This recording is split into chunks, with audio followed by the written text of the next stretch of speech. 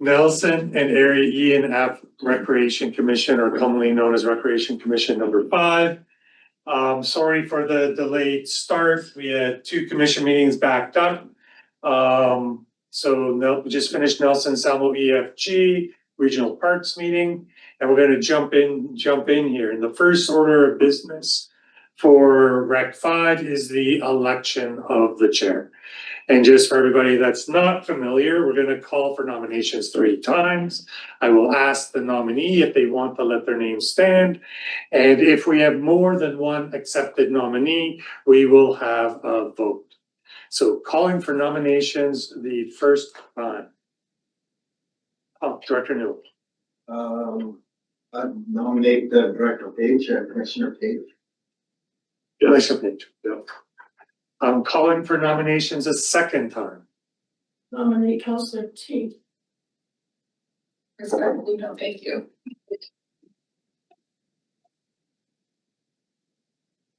Calling for nominations a third time. Hearing no other nominations, welcome Keith as chair of Recreation Commission number 5. Thanks, everybody.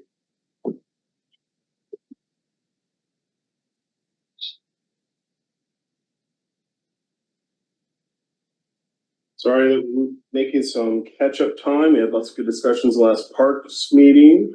I'd like to start with our traditional land acknowledgement that we acknowledge and respect Indigenous peoples within whose traditional lands we are meeting today.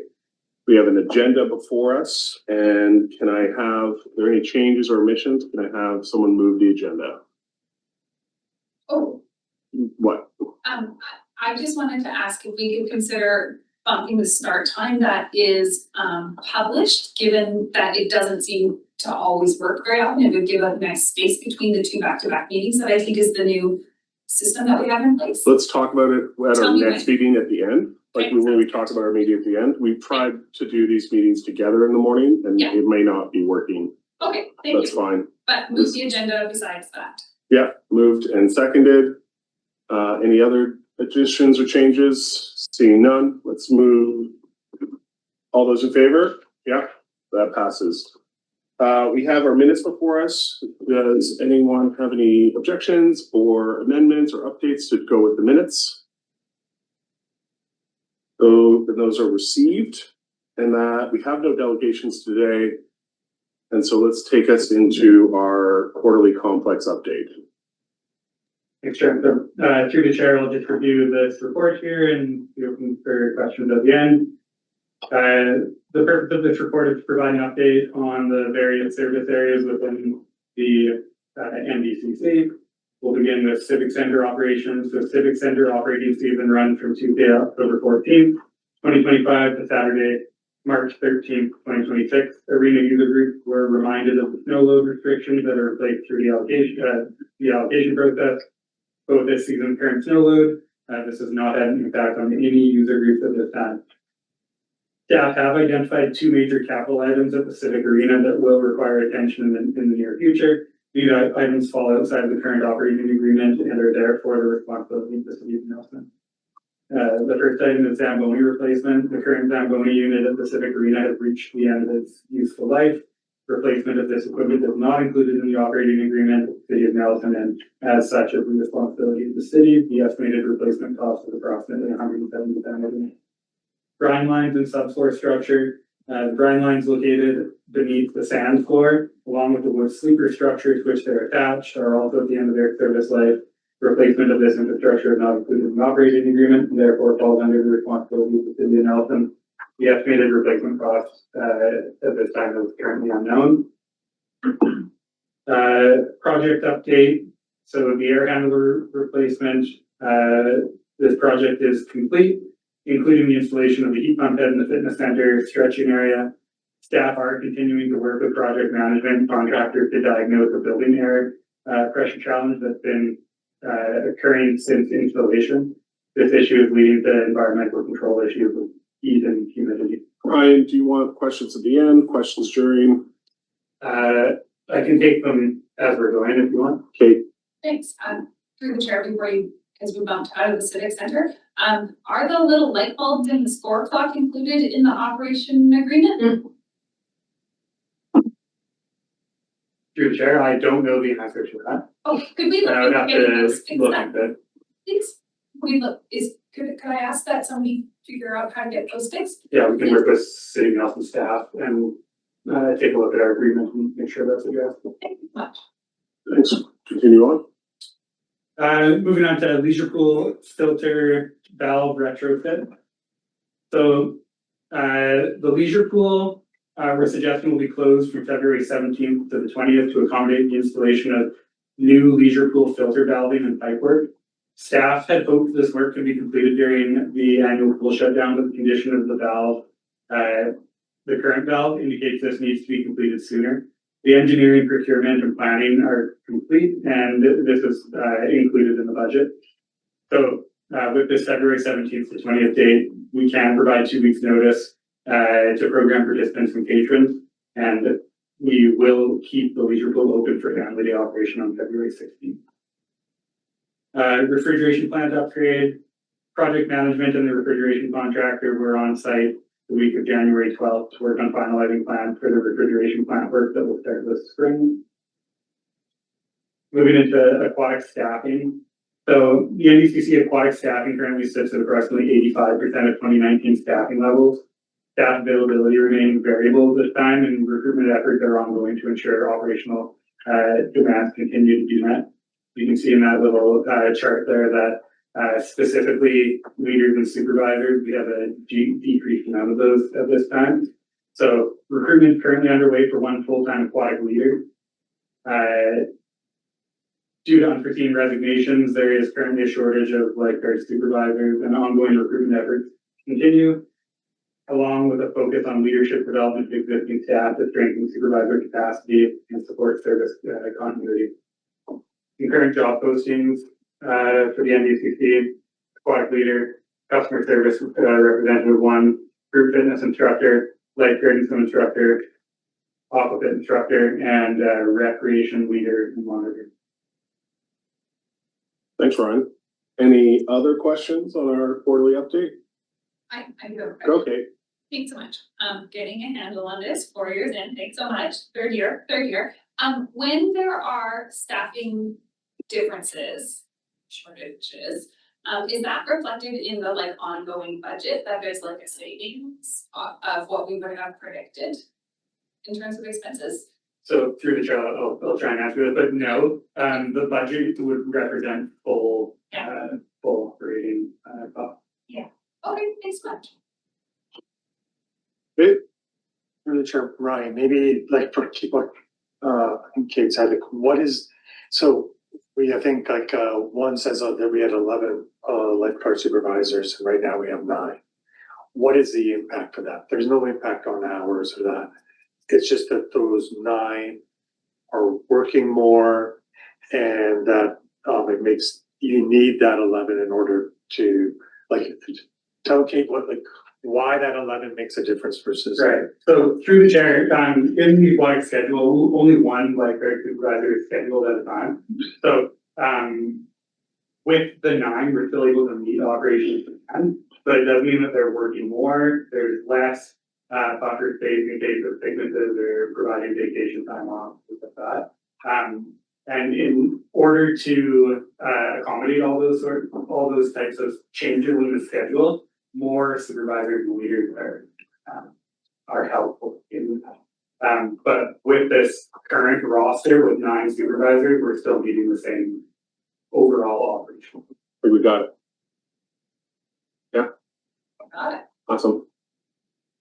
Any other questions? No savings. No savings. I got it. More staff working more. Okay. Then let's, in the interest of time, move on to our annual program update. Sarah, right. Through the chair. Thank you. Good morning, everybody.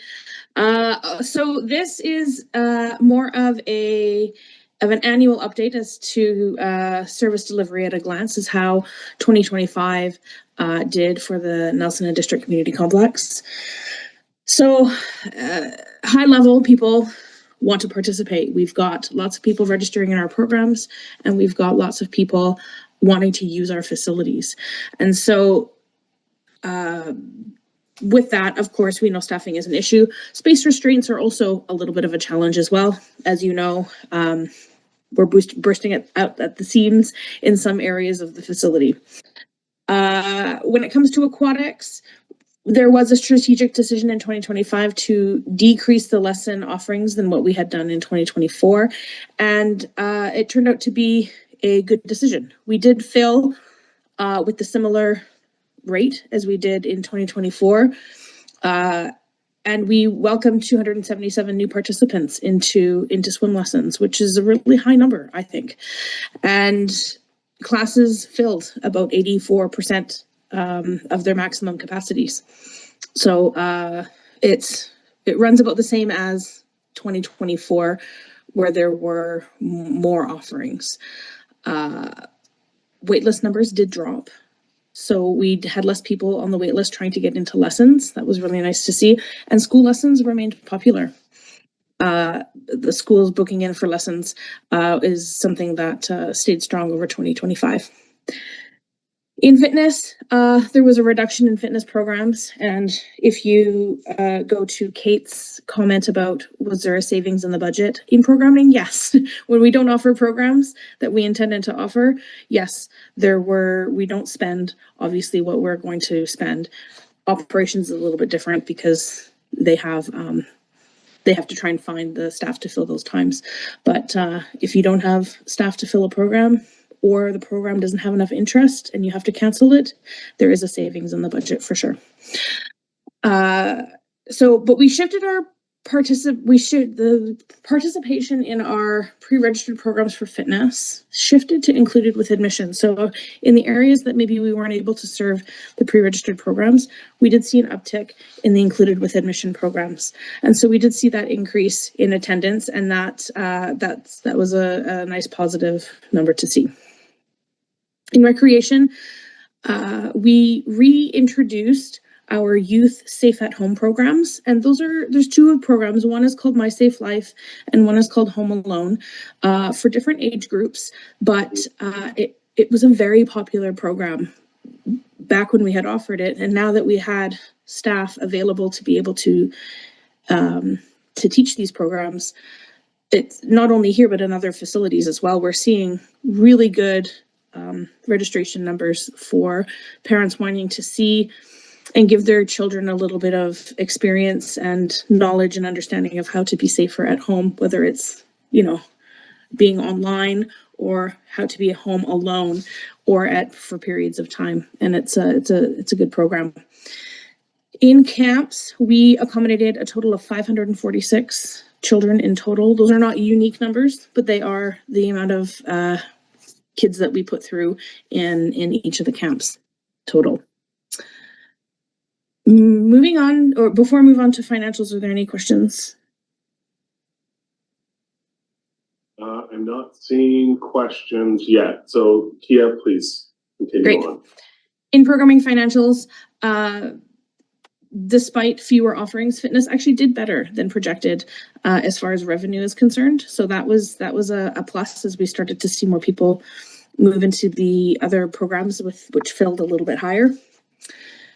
And the few of the canceled camps in the summer pulled the revenue target under projected, but not by a large amount. Do we have a sense Moving into- what pulled it? Sorry, Kia, do we have a sense what pulled us back on camp participation? There were a couple of canceled camps, and when you cancel a camp, that tends to skew the numbers larger than one would think. Also, the camps, and I think Did we cancel because of staffing shortages or? No. There were a few camps that were canceled because of low registrations, and there was another one that had to get canceled or had very low registrations around the Canada Day holiday.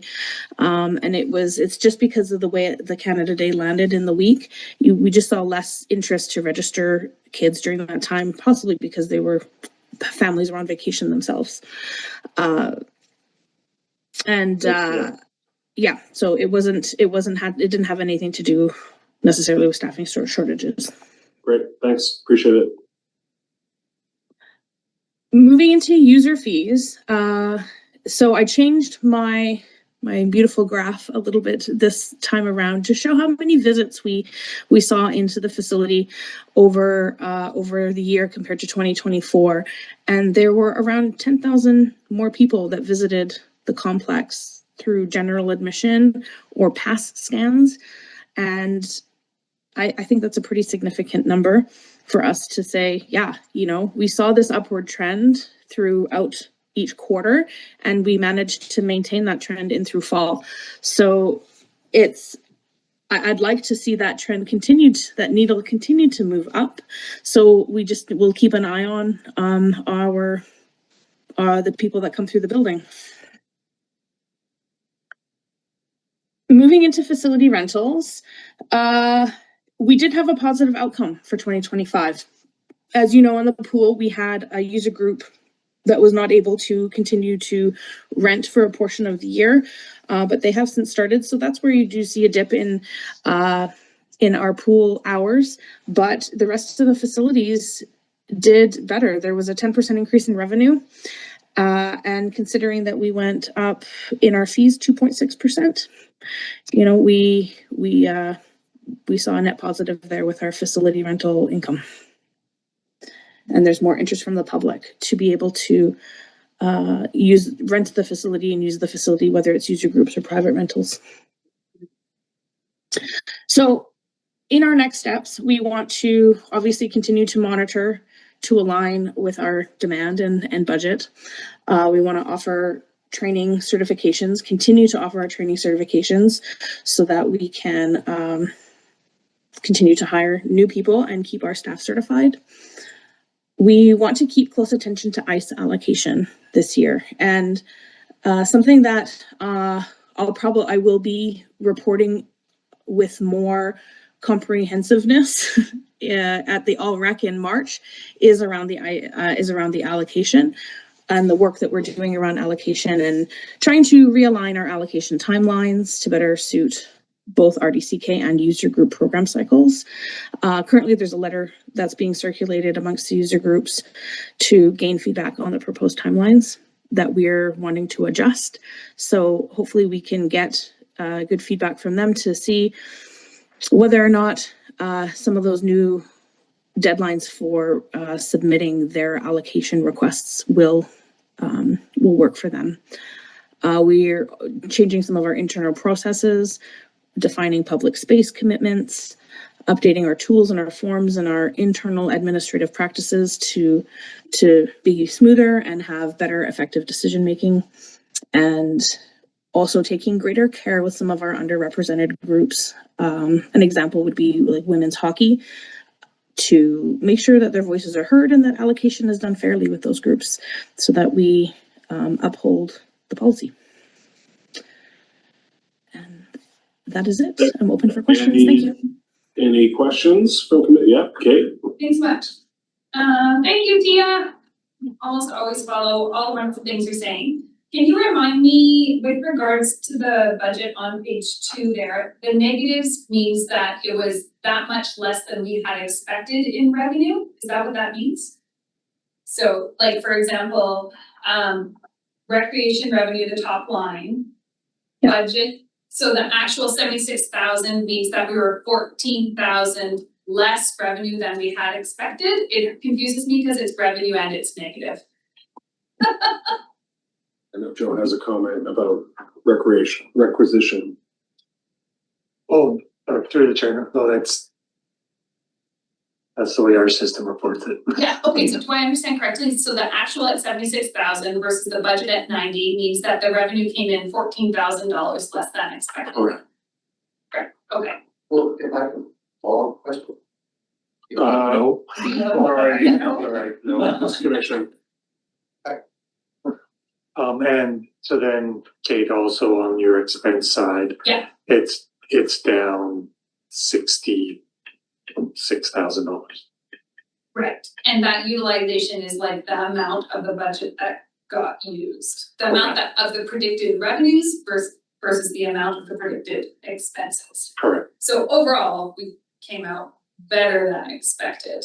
correct. Yeah, I got you. Okay. Oh, I have a question. Break my mistake, like. Perfect. Great. Any other questions on this section? Okay, let's move us on to our next item, which is installation storage. Is that we're doing next? And so through the chair, I'll just review this report on the installation of storage and training building, which is the shipping container at North Shore Hall for Nelson Search and Rescue. I'll begin with the staff recommendation that staff recommended the board approve the installation of a storage training building, which is a shipping container by Nelson Search and Rescue on the property of the North Shore Hall, subject to applicable permits and approvals. Staff further recommended the board authorize staff to enter into lease amendment discussions with Nelson Search and Rescue, be finalized upon approval of the required building permit. So the background is that Nelson Search and Rescue has requested permission to install a shipping container style storage and training building on the property to support equipment storage and training activities associated with their mandate. This would include a shipping container style building with safety railings along the top to support rope training activities. And the proposed structure is intended to enhance Nelson Search and rescue preparedness. Problem or opportunity description: the Nelson Search and Rescue currently lacks adequate on-site storage for seasonal gear and dedicated space for training rope training. The proposed installation presents an opportunity to support Nelson Search and Rescue without impacting North Shore Hall operations. Okay, I think we've got the report in front of us. Is there any questions before we move to a recommendation? Seeing none, does someone want to move the recommendation? That's Newell and seconded by, I have a share question. or would you second for discussion? I'll second. Second, okay, Yeah. great. Do you have a question, Newell? As the mover? A speech? As the area director? Sir. Okay, off to Kate. I'm just curious if there's any other precedent for having things stored on spaces. And does this set a precedent for future having things stored on spaces? Joe? Through the chair. So Nelson Search and Rescue is actually already leasing space from the district on the site. So Kate, maybe it's actually an extension of their lease space. We try not to do this on a regular basis. We've had requests, like for example, in parks and that, and we would almost always say no. But in this case, we have this existing relationship with Search and Rescue to be their home. And so this is just additional space for the work that they do. Okay, so just to have the conversation on the table, I can picture other user groups looking to find spaces for things that are like at parks or even in existing facilities and such. And so to me, this does set a precedent and or means that we should look at having some kind of space request rental. Is there a space request rental policy procedure approach that is written down somewhere? Through the chair, no.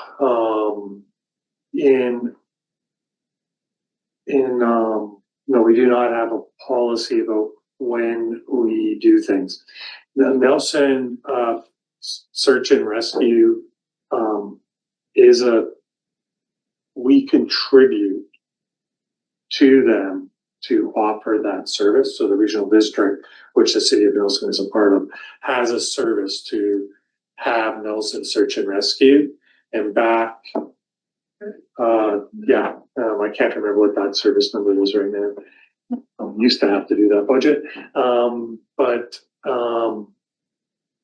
When a number of years ago, this would be going back pre-2010, I believe, there was a lot of discussion about a home for Nelson Search and Rescue, and North Shore Hall was decided to be that would be the best place.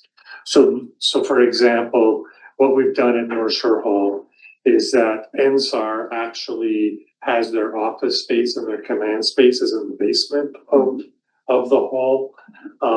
The trucks and their equipment are in the garage that are on the property up against that line. So it's, in a way, we were saying, the district was saying, this is integral to emergency services, and this is the best location for it. So, although the two services are separate, we really try to manage that use together. Okay. I can't control if emergency services SAR or search and rescue in the 2025-29 completed financial plan. So that's cool. I believe you. I would be curious whether or not the table is interested in considering looking at a more formalized approach for these requests, because I'm just imagining in the future of the cycling club at one of the parking lots being like, hey, we should have X, Y, Z up here, or speed skating with like really big mats, being like, hey, there's nowhere for us to put these in that kind of thing. And if we had some sort of system in place, it would make it simpler, I think, possibly simpler for staff, but also more transparent for the public. Yeah. Do we just riff it out? Can I riff off your question? Rip Okay. away. Do we get a contribution from emergency services through this lease? Like, if this is, we're delivering part of the emergency services piece, are we getting a contribution to this building and its asset management through those services? So right now, the lease is a $20,000 a year payment for being on the property. And does that expand with this inclusion of? I'm just looking back at my details of that. Yeah, so through the chair, there are two recommendations put forward in this report. One being that the board approve the installation of the storage training building on the property, and the other being that the board authorize staff to enter lease amendment discussions with Nelson Search and Rescue. Because as Joe mentioned, this lease does include, and it's from 2011, expires in 2031, $20,000 a year lease payment, and it also stipulates that the regional district be responsible for all utility costs. Okay, but part of this would be, you would go back to that lease agreement and discuss new terms. Now, informed more concretely by our asset management work and understanding our costs ongoing. Okay, thank you. It's been moved and seconded. Is there any other discussion? Cheryl, sorry, I see you now. It's just such a little hand and you're in the top right-hand corner, left-hand corner. That's okay. Sorry, the service that we were referring to is S154, and that's the search and rescue. Nelson Samo areas E, F, and G participate in that. So in case somebody wanted to look it up, that's the Thank you, service Cheryl. for Nelson Search and Rescue. Amazing, thank you. Okay, all those in favor? Carries. Okay, take us on to our financial plan. Back to you, Joe. Sorry, I'm just getting through.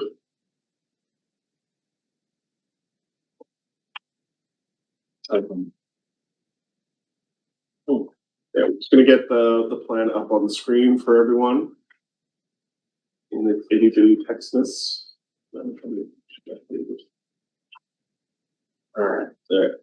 So I just start with maybe a little bit about preamble. It's a little bit out of order, but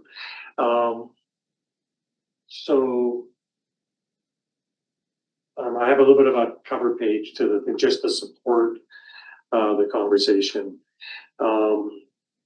So just to remember that there's a formal financial plan piece which will go through not work order, project by project, and then there's a plan that tries to project out. In this commission, we've been talking about how do we fund reserves, how do we begin that process. So there's a little bit of a suggestion there in scenario 2 about how we're going to do that. what we're gonna do right now is I'm gonna put up. Yes, the financial plan that is very, I'm gonna put up on the screen, Kate, it's gonna be those, not the nice color documents. It's gonna be the gray one, so we'll just go through 2026. Craig and Ryan and Tia and Trish will support where needed. I will just get to them. Share. Here. Share. Make it bigger.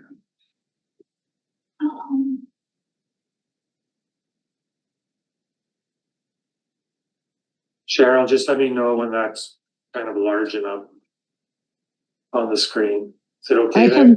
I have my own screen that I can look at this stuff on, Joe, so I'm Okay. good. Okay. Can you put a figure into the?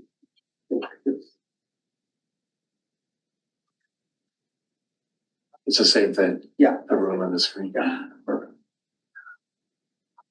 So, through the chair, I believe right now that requisition amount is about 3.4 or 3.5% higher. Didn't put it down on the screen. The big thing to note, again, just like we were doing in Nelson Samo EFG, year end hasn't been completed for this service. So at the moment, we're projecting about $1.259 million of surplus. Most of that money, the vast majority of that is capital project related. But again, what's interesting to note about this service is as Tia's sales of service, you can see that almost every revenue line what we projected as budget, we are above. What's interesting is that it's narrow. So if you remember last year, user fees, I think were about $200,000 more in actual in 2024 from what our budgeted amount are. This year, we're down to about 84. So that's good. That means that accuracy is improving. And I'm just gonna let Trish just talk about those the general piece about the projections for revenue for 2026 right here, if that's okay, Trish. Yeah, so, sorry, I find the screen easier to look at. So generally speaking, we are continuing to see a significant increase in the user fees. As Tia started to talk about, you saw it in 2025, and we're definitely still seeing that into 2026. And we have projected a budget of, I think it says 1.6 by memory. Yeah, that's Does that look right? My eyesight's a little far from here. 1.6 million going into 2026. And when it comes to the programming side, generally speaking, the program services are not significantly changed. Tia can comment more specifically, but it's more trying to support the levels of staff that we actually have, the services that seem to be what the community is looking for, that we can provide effectively, and definitely just trying to find this balance of what we can actually program and plan and actually deliver while not over programming, thinking like Tia mentioned with some services, we're finding that balance between the number of say swimming lessons to offer compared to the number that people actually are participating and trying to find those efficiencies in our budget. When it comes to a rental, it's pretty static. There's not a significant change in the rental. There's only so much space. The hours, generally speaking, have not changed. And so we're seeing more or less this similar uptake of rental usage. And with the exception of the one aquatic group that has come back, I believe for part of 2025 that we saw them. And so other than that, our groups are pretty consistent going forward. So assuming all of our facilities continue to operate as intended going forward, then that's where our revenue figures are looking at for user fees, rental income, and services specified going into 2026. So this part, the expense part of this presentation, I think, Craig, it's easier as we go through the actual operation, the operational work orders, Craig and Ryan, to talk about it there. But there's some important pieces here. One is that we are drawing from reserve this year. So we'll get to the capital project and we can pick that up there. We'll pick up most of the salaries as we move through. But I do want to just point out some new lines down at the bottom. I'm just going to highlight them on the screen here. So, whoops, go away. In years past, all of the community services fee used to be in line 59530. That's an account number. You see that there's still $35,000 there. That is actually training budget money now. So it just makes it more clear. Tia can, if there's questions about that, Tia can explain how that is done. But we are now allocating all training in a single work order across the district. What this allowed us to do was to ensure that accounting was correct.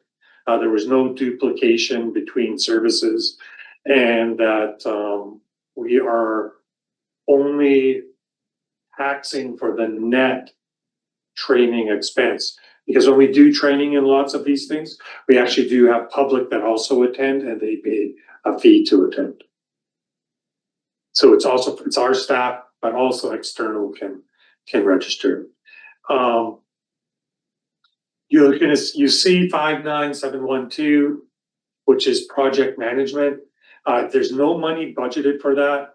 Craig, as we're going through the capital projects, will explain that piece. Transfer to asset management. This is the new one.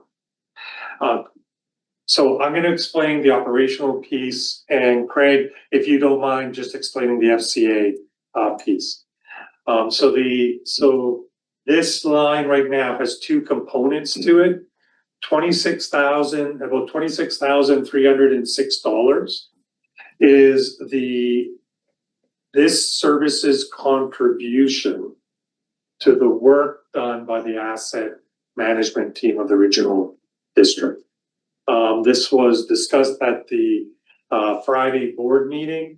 So asset management has a service, it's A1222, and all services that have capital assets in them are contributing. So for example, Parks was $6,000, but this service is $26,306. And then Craig, maybe if you could explain the other 60. Yeah, through the chair, Joe added an extra 2 there. It's A122, not to be confused with A112, which may have been represented in a previous version of this budget, which is a transfer to project management. I digress. So we had presented a plan to this commission and to the Castlegar Commission and the Crescent Valley Services Committee to do in-depth facility condition assessments for our multiplex complexes over and above what we've done in the past with a cursory sort of visual assessment. So we had put $60,000 in the budget for S226 to take a really good long hard look at the facility, to provide not only a current condition assessment, but also to provide a 1, 5, 10, and 20 forward looking capital plan for us. So we will be, once this budgets are approved, we will be going out to procure the services of a professional consulting team to provide that. We had shown that $60,000 in a different line in this budget, and now it's been put into the $86,000 in A122. And so that is that change. The $60,000 stays in the budget, but is shown as a transfer to another service. Any questions on that piece? So just to know that is the A1222, that 86,306, of course, it never existed before in the budget. So that's a little bit of that, why that requisition amount went up more than, say, what the Parks one did, because it's a little bit more significant in this budget. So the first, Morrison. All right, through the chair, back to whoever out there. Craig. No, back to, oh, I never got to Joe. So 60,000. It moved from somewhere to somewhere, or it's gonna be 60,000 more than the 86, or the reason that A122 in 2026 is 86 is because 60,000 is now in there to take a deep dive on the RDCA facilities. Correct. I kind of lost the message there when you were swapping the money around. Yeah, through Yeah, the so chair, it was shown in another line in another account. I believe it was consulting services. And because it is being handled by the new asset management service, it's being put into the budget. It's still where it was last time we spoke. It's just been moved into a different account. So the value of 60,000, and to be fair, in Nelson it's 60,000, in Creston it's 60,000, Castlegar at 60, and the Creston Library is 20.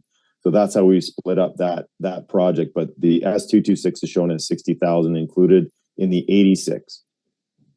Okay, so whatever line it moved out of, it's gone now, and now it's in this line. Correct. Five, The four. 26,306 though was not in the budget that we showed you previously. I'm just gonna make this. So we're gonna do more of a deep dive. Kate, you have your hand up too? We still have 54040 in here, so But it Last was year was 120. last year, when we looked at this, 54040 was 21,000 in 2020, 120,000 in 2024, but we only spent 21,000, and was 120,000 in 2025. So now we look to 54040 this year, and those numbers are this, I don't get it. So the 35,000 is still showing, does it not actually need to move down then? Through the chair, there are two different things. So before, in the fall, that amount, Craig, it was in consulting before, would have been 95 to, so you don't see that here. It was the previous 2026 draft. I don't have the previous 2026 draft here. I'm looking at it. They'll get the one from December. It was 120 in 2025 and 35 in 2026 and 35 in 2027. The 54040. So yeah, so in that version, through the chair, in that version, it's moved a couple of times. It could also be in a transfer to 112, and I don't want to confuse you with the numbers, but it might have been moved before that version to A112. A112 is showing zeros to me on this new budget. Yeah. Oh, on the previous version. The previous version or the one from last year at this time? Wouldn't been in there at all last year at this time. It wasn't in there. It wasn't in there last year this time. Last December it was. Okay, so, could I request that we get some additional, an additional column on this sheet that shows where what moved where, like which, maybe if we could do, last year's numbers that we were shown at this time last year in a column on the left, and then like a column on the right with a little description explaining what went where, because I think it's unclear and could be really nice just to see, because I think what I'm hearing you say is this isn't actually a change, it's just a change in line. Just like Yeah, cash cow. yeah. Through the chair, to be clear, the 60,000 is new money for 2026. It was not in the 2025 budget. Okay, And this was presented to the commission the first time we talked about budget and the other commissions in late fall. And so it was just in the draft budget for 2026. It was shown as new money, but in a different location in the current, as in the current budget.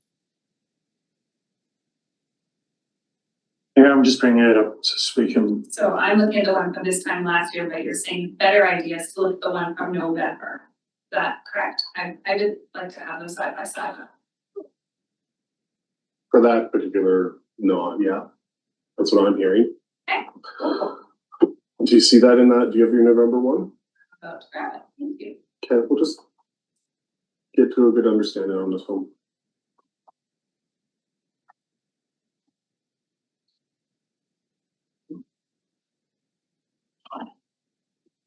Right, so it's attachment B of the budget report. Sorry, this thing just works slow. So from November, the 54040 has a 0 and a 21. And then it's got the budget of 120 and the budget remaining. Is that what I'm looking at? Or you want me to go to that attachment? I'm with you. Okay, just wait, I've got it here on the screen. Thank you. There on Joe on that line, 54040, it says 95,200. Sorry, Maya. Halfway through. Yeah. Consulting fees says 95,200. Yeah. And now the budget is 35,200. 35,200. That's just, yeah. Maybe you can see it sometimes. Yeah, so sorry, it's up on the screen. Yeah, I'm Yeah. looking at it. Yeah, so that 95,200 is now 35,200. Yeah. 16, gotcha. And the 322, the transfer to community services that you just talked about prior to this line, the transfer to A109, where did that $300,000 come from? That is, you're looking at that, you can see a transfer to community services on that other budget. I just closed it. Yeah, where did it come from? Which line? It came from, here, just a second, let me bring this up and then Yeah, we can all talk about it at the same time. All right. My sharing.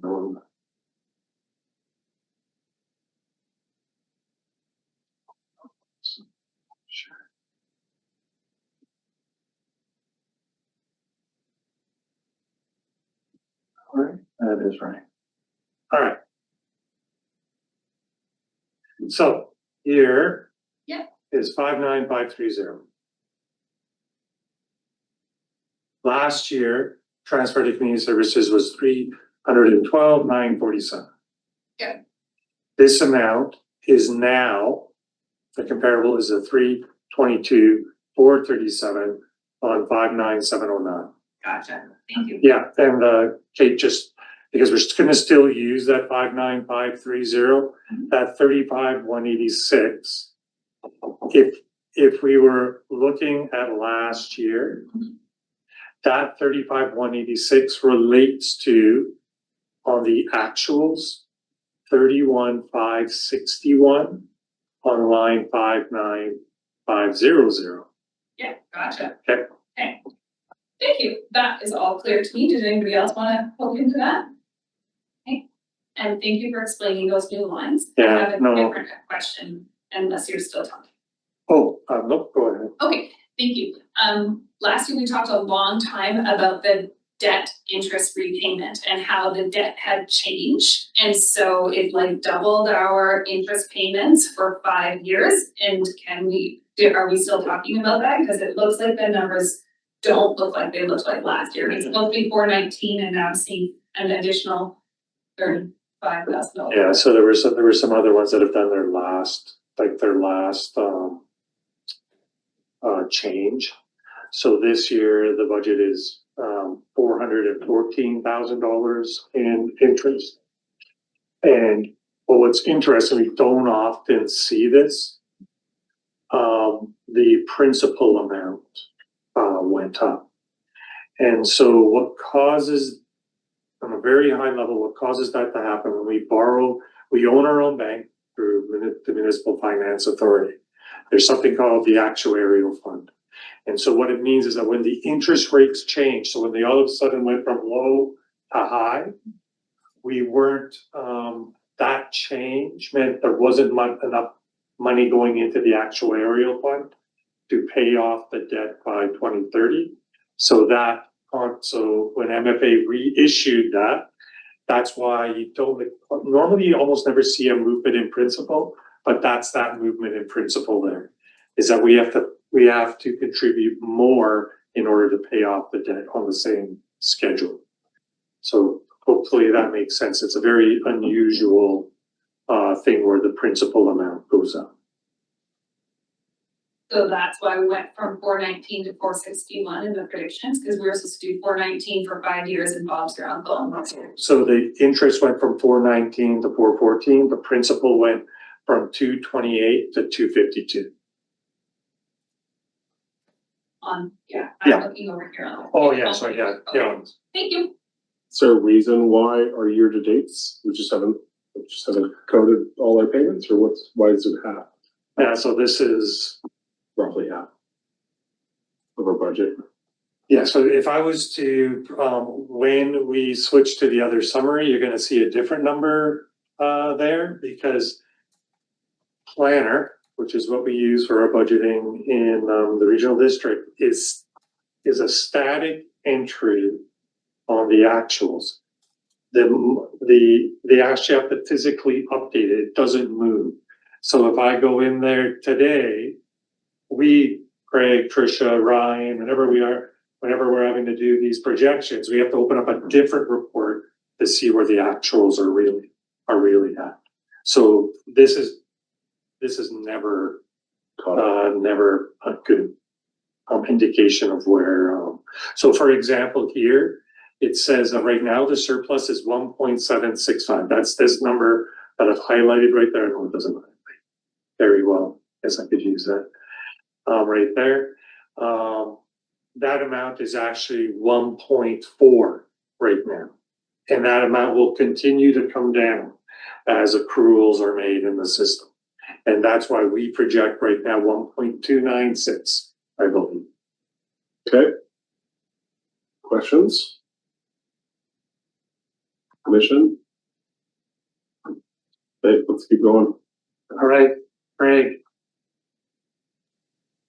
This project we've been planning for a couple of years. We hired an engineering firm to work on the Creston and the Nelson refrigeration plant upgrades, and for Nelson specifically, we had done the engineering, so that's all accounted for. We also did some work with Fortis to do an energy study and a few other things. To generate some options for rebates. We had talked about that at a previous commission meeting. So the budget for this is $1.05 million for 2026. That includes a small contingency that ensures that we get this through to completion prior to ice in late July, early August 2026.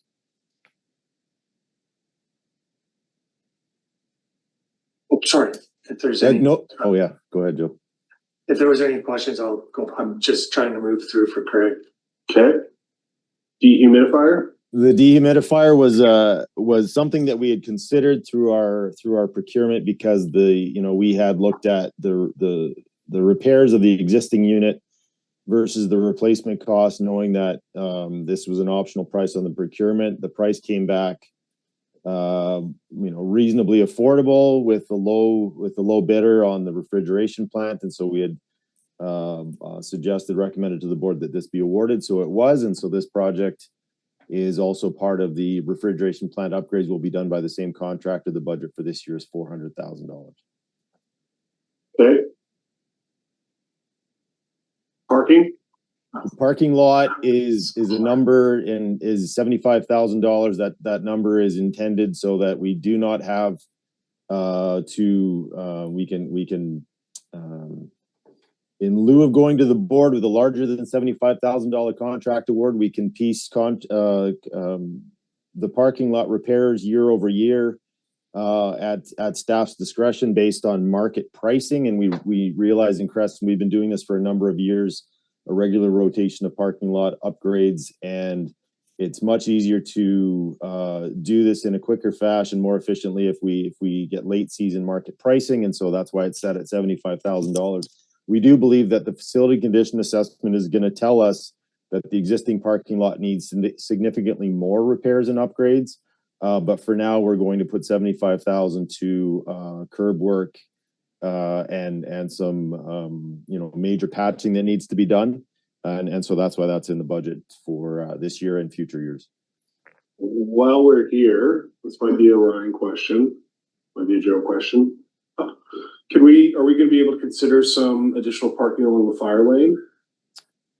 Through the chair, that the conversation about the parking lot could include a conceptual model for taking, there's a few trees to I'm gonna call that the northwest corner, towards the new development, that we could relocate those trees and maybe grab 10 or 12 angle parking spots. But the overall concept for parking in that could be considered as part of a larger plan. Right now, we're only looking at improving the hard landscaping of the parking lot and curbing. Okay, Yep, thanks for considering that for future development. There seem to be like 2 or 3 spots that are not really spots, but people using the spaces turn them into spots. Have you considered making those non-spot spots since they're being used as spots, and then not having this problem anymore with those 4 or 5 spots? responsible. Look at it. Yeah, through the chair, I think that the overall use of that parking lot is a concern for us, and we'll look at solutions and bring those to the commission at a future date. Okay, yeah. That would be a good If spot there's some for it. like regular non-spot spots that, it's almost like that elephant path theory, right? You build this Desire path, beautiful. yeah. Yeah, you build this beautiful sidewalk and everyone's like, I'm going this way. And so now we see where people are still parking. That seems to, as long as it's aligning with fire access and that sort of stuff, I think as much as we can do to maximize and optimize. You're yeah. thinking beside the dental?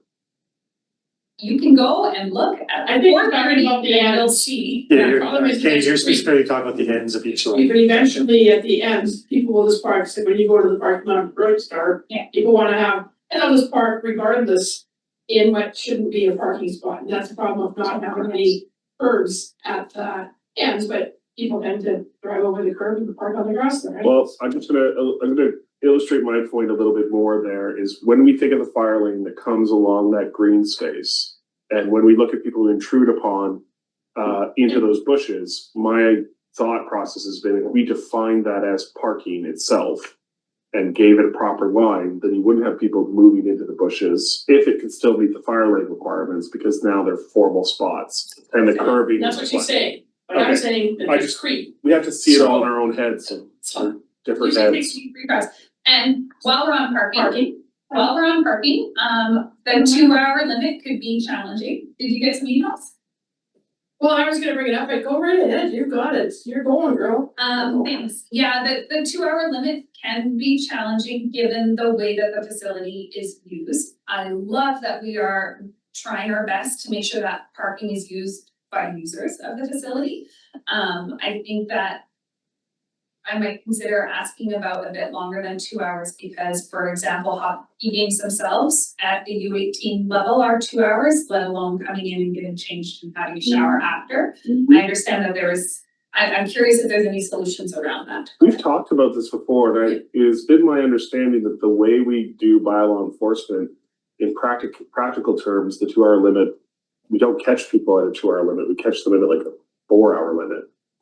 We tag them, but you gotta be there. I've always heard that we get someone in the morning and someone goes through in the afternoon, and the practical effect is you don't get ticketed for just being there for 2 hours.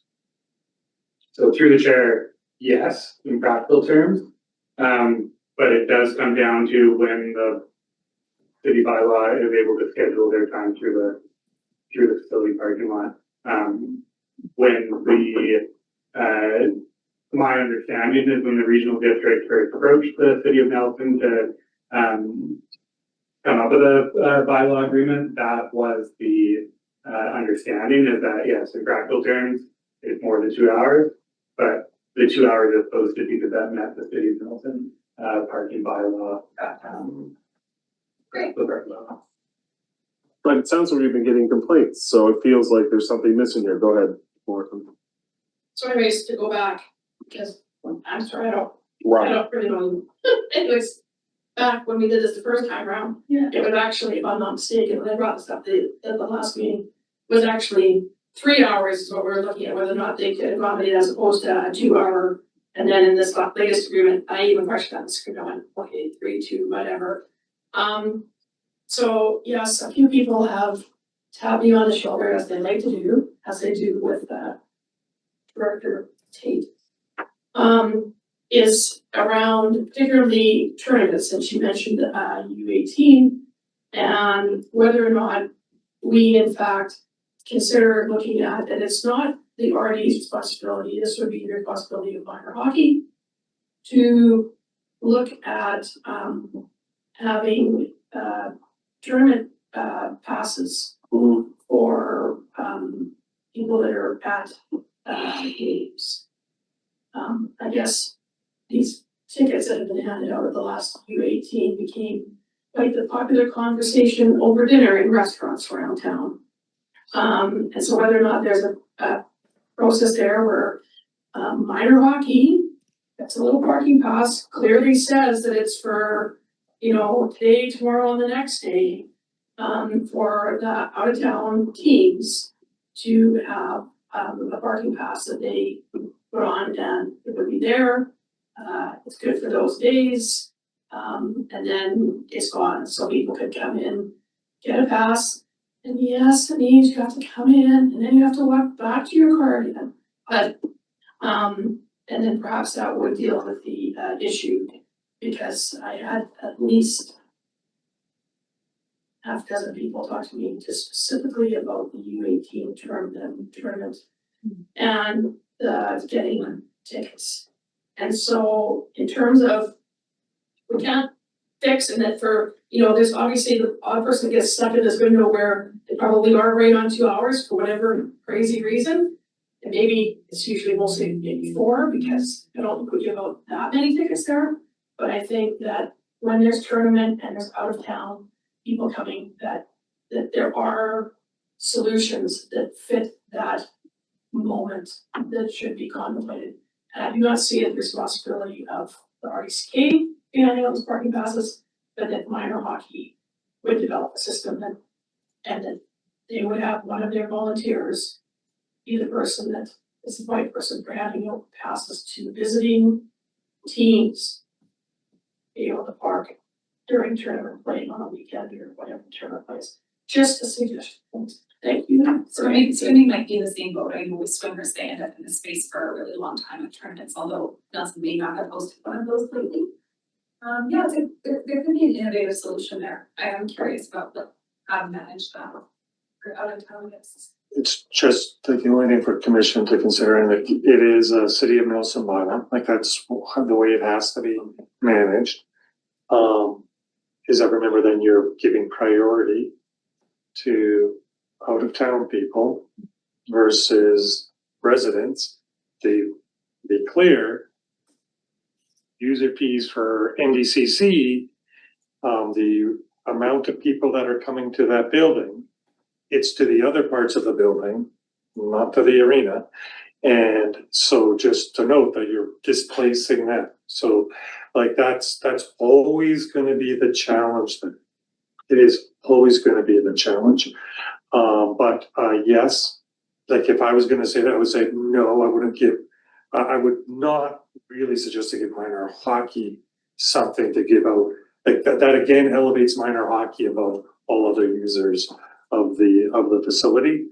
I would just say that there could be, maybe it's, we don't patrol that, that thing. Like I think that would be the more fair way of doing it. I mean, O'Brien and I, again, and Craig, we talked about this again, like, burns me to say it, but it keeps feeling like at some point in time, we have to figure out a way of charging to be in the lot and somehow recognizing that when people come into the building and go for admission. Hopefully, maybe at some point in time, maybe there's that is the actual technological solution we have to look at. You know, anybody knows there's theaters that do this inside, large places inside malls. You go when you buy your ticket for the movie, that is, you do not then have to buy a parking pass for your car in the underground. any underground parking. It's just a, that's not contemplated right now. In a shopping mall? Yeah, so it's International Village in Vancouver. Jim, ask. Maybe, Sorry, it was just a suggestion in Yeah. terms of a way to maybe look at it for a tournament. maybe, I think that this parking, as it always is, you know, I'm a firm believer, it's great that Nelson has a parking problem. Because it means that we're a vibrant and livable and exciting place that people want to be. And the negative is always exaggerated, so maybe during the UA tournament, there was 2 parking tickets, but it sure feels like when you get tapped on the shoulder all the time, that there was 200 parking tickets there. That we just decided to give everybody at the parking lot at the time, a parking ticket, so. It's a good thing to be aware of as we Yeah, move and I forward. think that's the thing is that as we try to manage all these things always going forward, it's very interesting. And through the chair, I think like the real expertise on parking in the city is actually with the city. Like, you know, you have people that do that kind of, that monitoring. It would be good maybe that we, I don't even know that we have a clear understanding of it. Hey, Ryan? I think just to round this conversation out with the suggestions that have been offered for future discussion is currently, which are city parking spots. Maybe this is a parking pass that we have, and maybe it's not something that's free, right? Like if it's something that we can offer for those, and that's the visitor parking is the curling building, especially in the short term. And that's something that is within the city's control, but it could be something that we actually charge for and helps you avoid a ticket, right? Like it's already commuter parking on the other side there on Cedar, which is meant to be all day. So possibly a way to solve it, but still restrain it. Thank you. Okay, doesn't impact our parking budget at this time. Cool? Craig, do you wanna go on to the pool? Oh, sorry, I thought you said cool, Chair. Yes, the pool. I said cool too, so don't worry about that. I heard cool. I didn't pop with heat. I agree. Through the chair, the $200,000 for the major pool work includes $100,000 for replacement of underwater lighting and $100,000 for some engineering and work to replace the water slide inlets. I showed a photo in the report to commission back in November about the challenges we experienced with the water slide inlets, and that could require removal of a section of the main pool basin. And so we're going to be very careful on how we do that work and schedule it. Ideally, we'd want to do it during shutdown in 2026, but if it requires longer than a 2-week shutdown, certainly for concrete to cure prior to putting it under extreme loads of heavy water, we may have to do that very deliberately in 2027. So that's what the $200,000 is in the budget for 2026 for capital this year. Question? Janice? I'm just, Go. yeah, I do have a question. I'm curious as to why you would move a project to 2027. Is concrete gonna drive faster in 2027 than it does in 2026? No, through the chair, we would have a longer shutdown more deliberately if that was what the engineers had determined was the solution. It's possible we could repair these in situ without having to cut the pool basin, but if we do have to get into significant concrete removal and repair, I believe a 2-week shutdown would be longer than a 2-week shutdown would be required. So currently we've only planned for a 2-week shutdown in 2026. And so the plan would be to have a longer deliberately planned for, including budgeted for shutdown in 2027.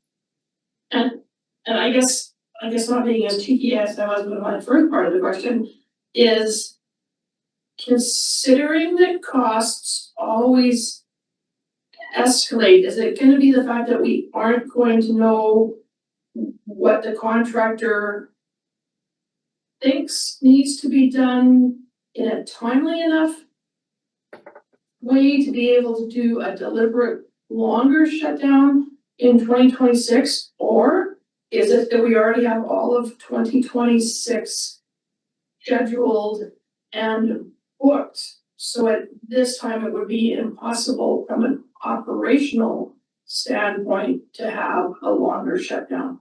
Yeah, through Makes the chair, sense? Yeah, no, it does. And through the chair, aquatic facilities can experience intermittent, unplanned for extended shutdowns, as we know, and we don't want to, because of this project, especially with the water slide inlet valves, we still have to do some engineering and design. And so it's possible it could be repaired. It's possible that the engineer could say, oh yeah, you can handle that in a week. But if they do come to us and say this requires a 4-week shutdown or a 6-week shutdown, we're not able to react that dynamically with the community and our programming. So, and if it could be deferred, we recognize there's cost escalations.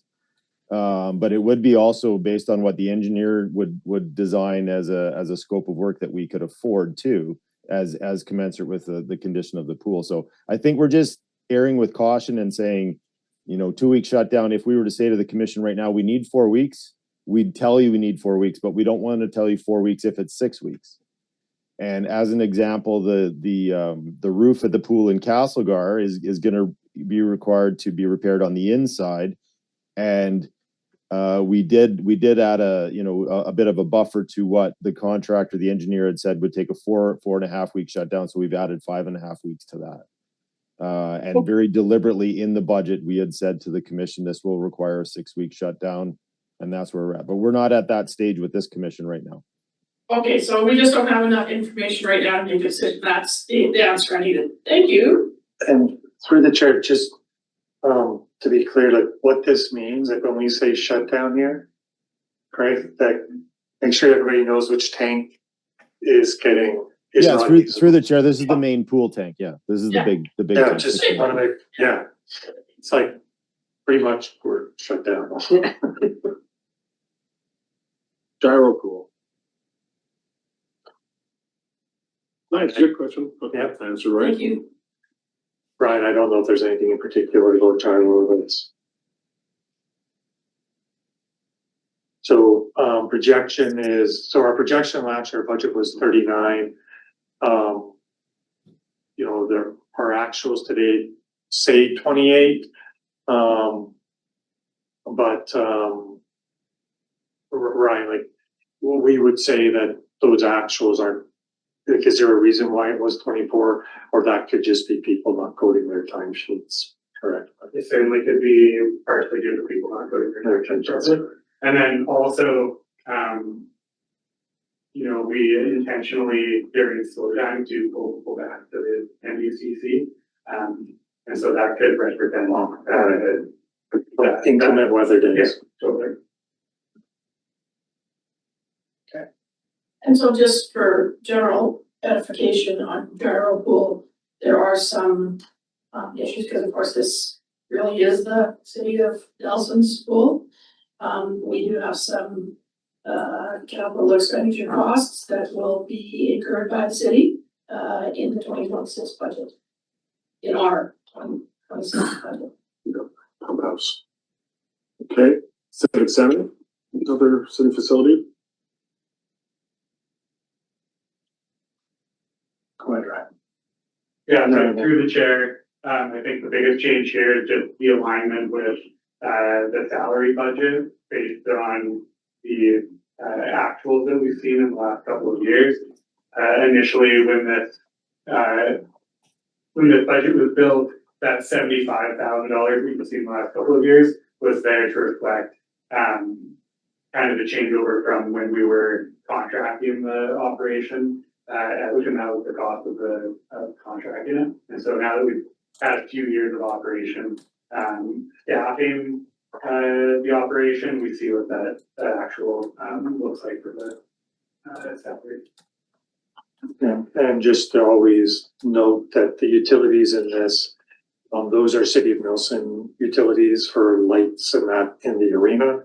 Utilities in this case doesn't include the refrigeration plant or any charges regarding the refrigeration plant. All right, NDCC operations.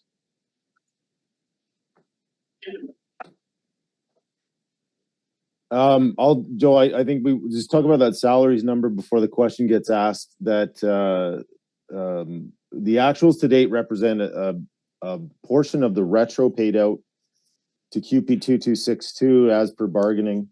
And so we had budgeted for the retro of 2025 to be included in the salaries, but there was a portion of 2024 that was included in the agreement in the new contract. And so we had budgeted for that in the admin salaries.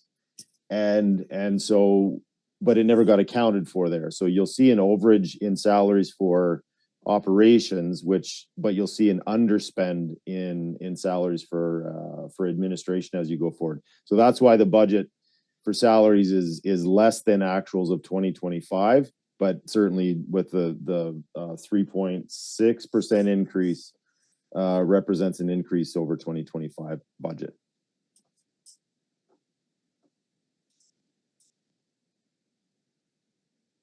Is there anything else, any other highlight in this one?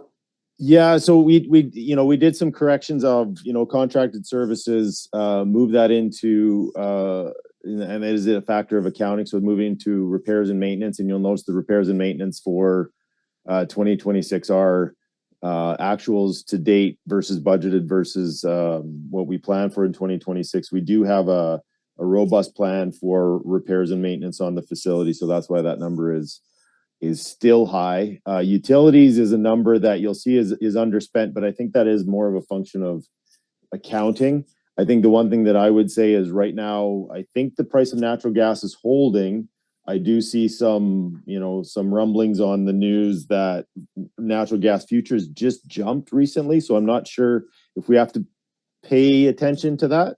But right now we're anticipating utilities almost being flat year over year based on the actuals from last year. But those are the big numbers for, and the cost of chemicals jumped significantly with tariffs. So I think that in Creston, Castlegar, Nelson, the pool operation just in chemicals went up about 25%. So there's some, and I believe numbers right there. here that Craig and Ryan, is this not the line that we adjusted? Yeah, that was a number that was previously represented at 330, and we had done some revised the budget based on calculations, and so that's come down by 50,000 since the last version of this budget. Yeah, so through the chair, so to the directors that were at the board on Friday, the requisition here is $50,000 less than what that budget on Friday was, and it's that line right there. Okay. Okay, and now this is the what we call the not operations, but the cost and the revenue of being open budget. Ryan, I don't know if there's any highlights on the expense side here, Ryan or Craig, but you'll see this is where most of your revenue that Tricia talked about at the beginning is inside this project.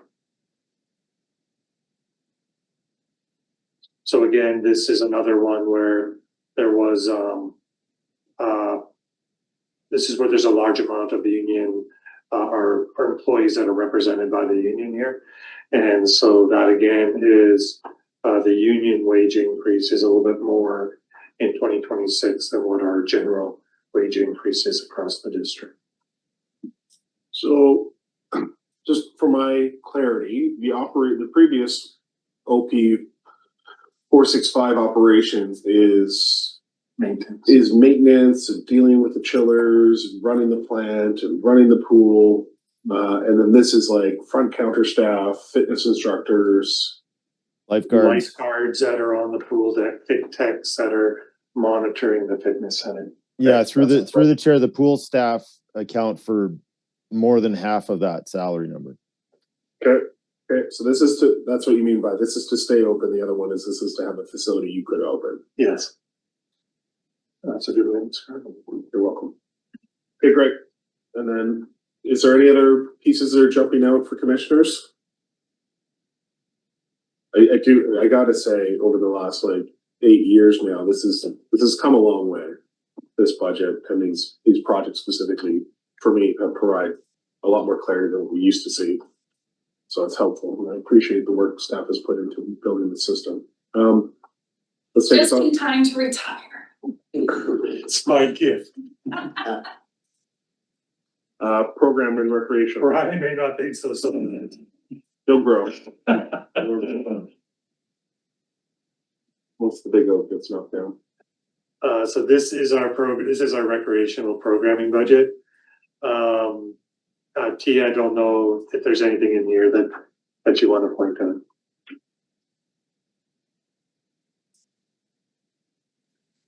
Go ahead, Sorry, Tia. technical difficulties through the chair, yes. Thanks. This is starting with recreation, so this is just our general interest programs as well as camps and sports. Nothing super unusual here. You'll see that contracted services took a little bit of a jump because we are putting a little bit more focus on specialized camps, utilizing local talent to help teach the kids new skills for portions of the day, as that seemed to be a very popular trend that we want to capture and try and increase some of the interest in the kids going into camps, as well as some increased equipment purchases for the dry arena floor, because this will be our second year that 2025 was our second year that we opened up our dry floor for drop-in sports and other pre-registered programs. So we recognize that we just need some more equipment in those spaces to help them function better as a general admission space. And sorry, one other thing with the indoor, with the rentals, typically we budget some indoor rental space time because we just don't know what's going to happen in the summer. We don't know if there's going to be high smoke levels. We don't know what kind of weather we're going to face. And so we do put a little bit of money in the budget just to be able to know that, yeah, we've got that backup plan if we need it. Talking with Tyler, our programmer that helps develop camps, he indicated that he did want to put a few more camp options indoors, depending on the different types of camps that end up happening. So that's that for recreation. Okay. Okay. Go ahead, Kate. As you go down to the arena, I have a question. On the next slide. Oh, okay. Is there a program? I was just curious about the skate sharpening. Would it, as we get to a certain tipping point, would it make sense to have a skate sharpener? Rather than send skates out for sharpening? Well, so Through the chair, I could speak to this. It's something that we've considered in the past, but sharpening skate takes some technical skill, and the turnover we have year to year with our arena staff wouldn't always allow us to do that in a proficient way. And so we've looked for other ways to outsource that sharpening to ensure that we're maintaining the safety of the equipment we have without taking on that technical role in doing that. And I'll also add that the skate sharpening is not a new expense. It used to live in the sort of complex operations piece, but we recognized that it was more program related, so we put it into the programming budget for arenas this year. Off the portion move. On the fitness programming. Yeah, onto fitness. There's really not anything drastic here that we wanted to outline, other than just capturing some certification renewals that we wanted to ensure that we're making a point of budgeting for this year, which kind of was something that we missed in the past. But yeah, nothing incredible here as far as groundbreaking changes. Dave? Is it standard across the province for the facilities to pay for the certification renewals rather than have it as, I'm just curious. I think it's great. I think it's good to support and train the staff. I was just curious if that's standard. Well, Varies. Oh, sorry, go ahead. I was just curious who would pay the certification? You mean the staff themselves? So for example, if you were a teenager working at the youth center, you have to pay for your own first aid training a lot of time. Not always, but like a lot of time. I was just wondering what hey, go ahead, Tia. Yeah, typically, I mean, you'll see it both ways. but generally in these more rural areas, we're the only place that people are instructing. There may be a few people that instruct in more than one spot, but generally, if you're a fitness instructor, this is where you're instructing. If you're a lifeguard, this is where you're lifeguarding. You know, there's people sometimes have a business of it, and they have different gigs all around town, all around the city. It's not as common here, and so for us to be able to support our staff and help retain staff, that's something that we really try and help in these small rural areas. Keeping instructors is a challenge. So, Thank you. Good question. I think that takes us to programming for aquatics. yes, aquatics.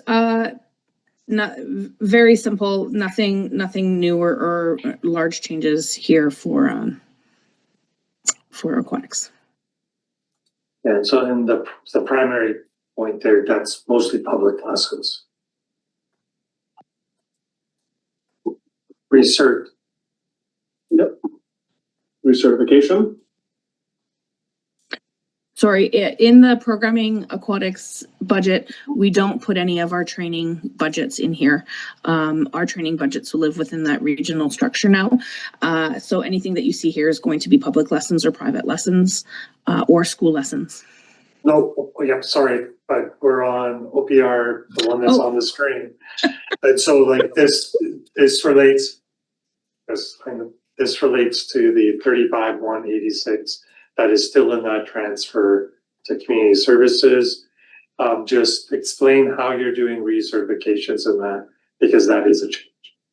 Yeah, so thank you, Joe. I was still stuck on aquatics for some reason. Yeah, we are moving everything to a regional training budget. Typically, before we had thought that when we do our recertifications and things like that, they live within the facilities and the facilities take on that cost. But we started to recognize that it wasn't just the people that work in those facilities. We were certifying and recertifying people from all over the regional district.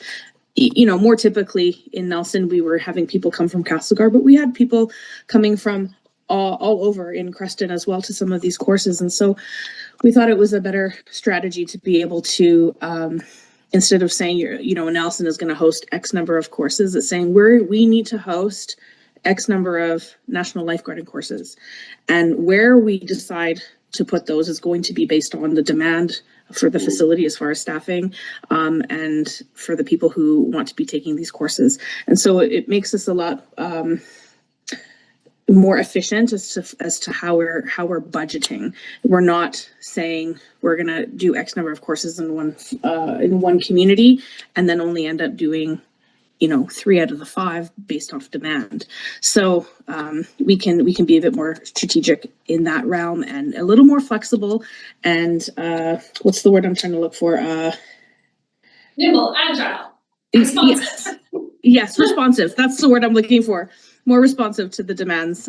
So it allows us to be able to do that. And that 35,000 that you're seeing there is our anticipated ratio of net expense that we anticipate people from Nelson, whether they're recertifications, so internal staff or external people from the community, are taking these courses in Nelson.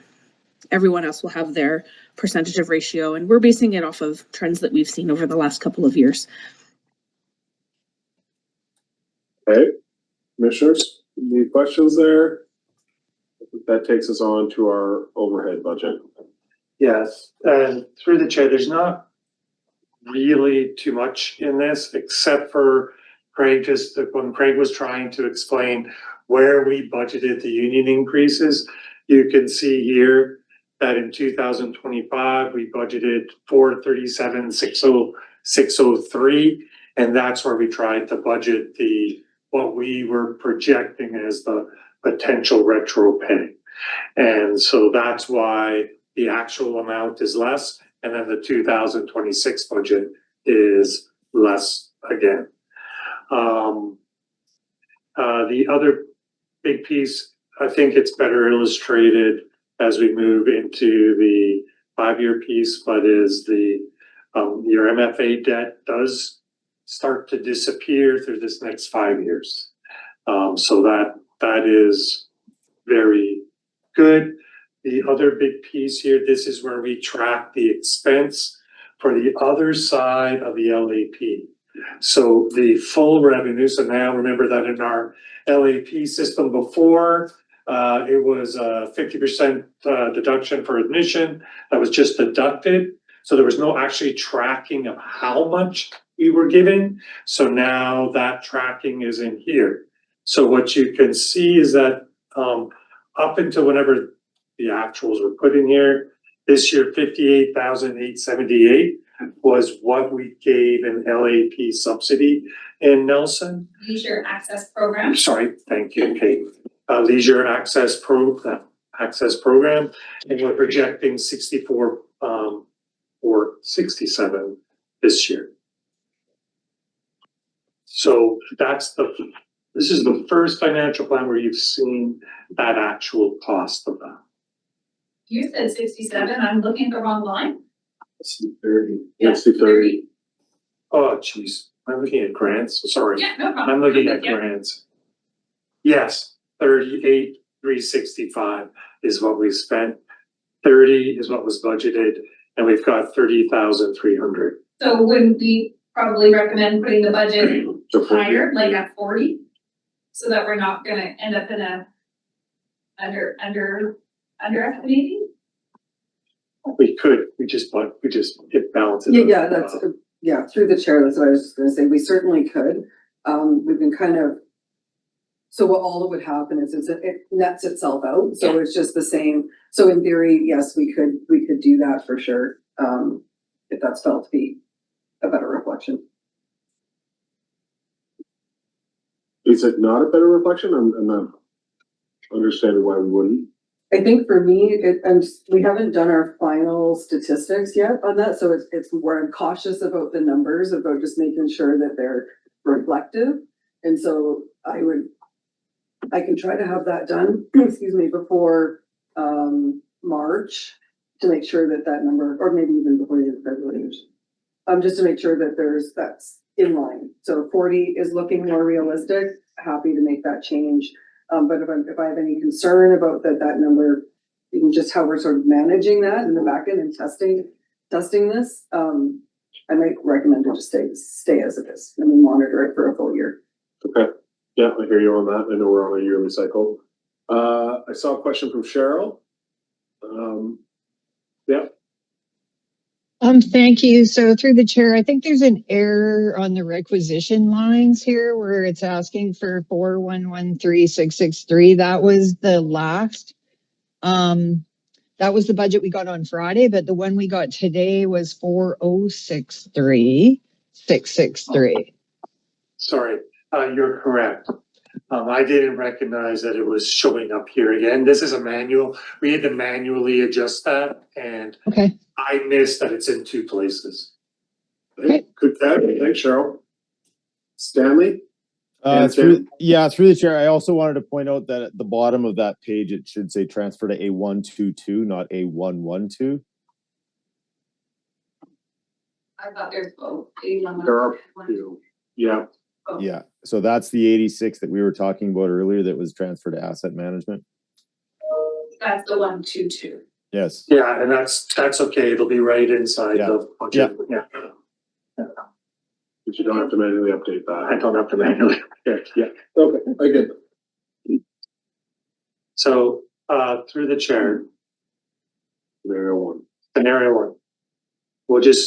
So what you're looking at here, I'm gonna do this on the screen because we'll move from the actuals to the budget. Thanks. Yeah, I did print this out bigger for you. From the microscopic stuff that we have in the package.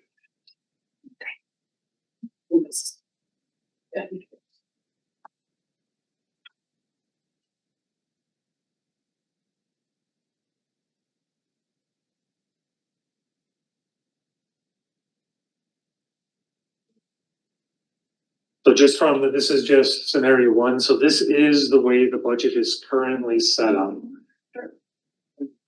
So this section here in the top left, that's on the screen, that is just the summary of the requisition plus grants in lieu from 2021 to 2025. You'll note that sometimes these amounts are a little bit different, and that's because of grants in lieu. That fluctuates. We don't actually know what that amount is. We just go on based on past history. The 184,200, just so everyone is aware in the public, that's an additional contribution from the city of Nelson as per the bylaw for the establishment bylaw. And this is representative of funding from essentially what might be considered Nelson Hydro and that kind of stuff. So that's what that 184.2 is. It's always flat. It's a set amount in the bylaw. The next section attempts to compare revenue versus operational expenses. So these are all expenses that are not shown in the section, just a couple sections below. So that kind of gives you what our rate of recovery is. And just that operational piece, when we consider fees and charges and everything like that, when we're setting those fees, we do consider what is actually required to fund capital and borrowing and those kinds of things. But on that piece, this is the easiest place to do that comparison. Grants to external are two things. One is a grant to the city of Nelson for the operation of Queen Elizabeth Field. It has been static. And then there's an additional amount that sometimes gets given out for groups for feasibility analysis. So we've given groups like Nelson Soccer, I think is the most recent one, that we gave some funding to do a feasibility analysis for a new indoor soccer facility. So this next section, this is where we track surplus, anything that we have from capital grants, and if we've had contributions from reserves is here. So you can see how that is fluctuated throughout the years. We have in the next section is what our capital expenses are. And Kate, this is what you were pointing out, is how those capital expenses just on the original borrowing has changed over the last number of years.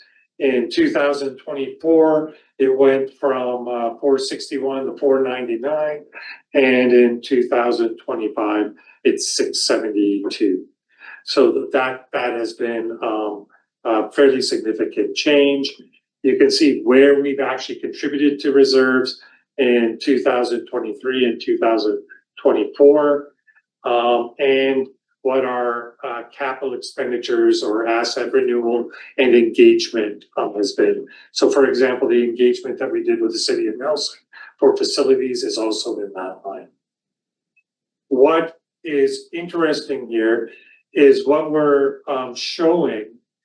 If you look at what will be the last three lines on the last three columns on the right, requisition did not fund any of those pieces through 2023, 2024, and 2025, and requisition slightly funded operations. Well, actually quite considerably funded operations in those years. Fortunately, that doesn't really impact us too much. I'm just going to move to the budget side of this. So the budget side of this, we can see the requisition for 2024, 2025, and 2026. I've got the right requisition amount in there, right? What did I do? I think 406. It's not 410, 406. Yeah. Darn it. Sorry, this is working on too many different pieces of paper. So what is, tempting to show here is what we are budgeting that cost recovery for. And you can see what it's actually come out. So budgeting the cost recovery, we're around 40% going, and just so you know, that calculation is done after many people of the team have put in the budget. So that means for us, it means that some core principles that we have in our budgeting is flowing through the budget. So that's good that it's that consistent. 2026, I really want to concentrate on. We have $1.259 million of surplus that we're projecting. We're projecting about $690,000 from reserve, and what's also in there is some interest that's coming through from reserves. So it's a little bit more than what's in the budget. But those two things combined, what it shows is that this year, and you can see that it's fairly consistent with last year, about $566,000 is coming from requisition to fund that capital piece up above those, whether it be requisition, contribution to reserve, or the actual capital project itself. What's good to note is that none of the surplus that's coming through is budgeted to subsidize operations. So that's what that last line, that's very important. This was a test for me just to make sure that we got that piece right. To note that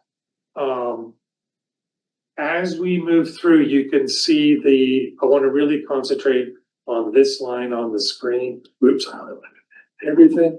This line on the screen. This is your capital borrowing costs. So you can see that for 2026, 2027, 2028, that's the same. First part of we paid off one of the loans in 2029. We paid off another part of the loan in 2030. 2031 would be a zero in that line right now.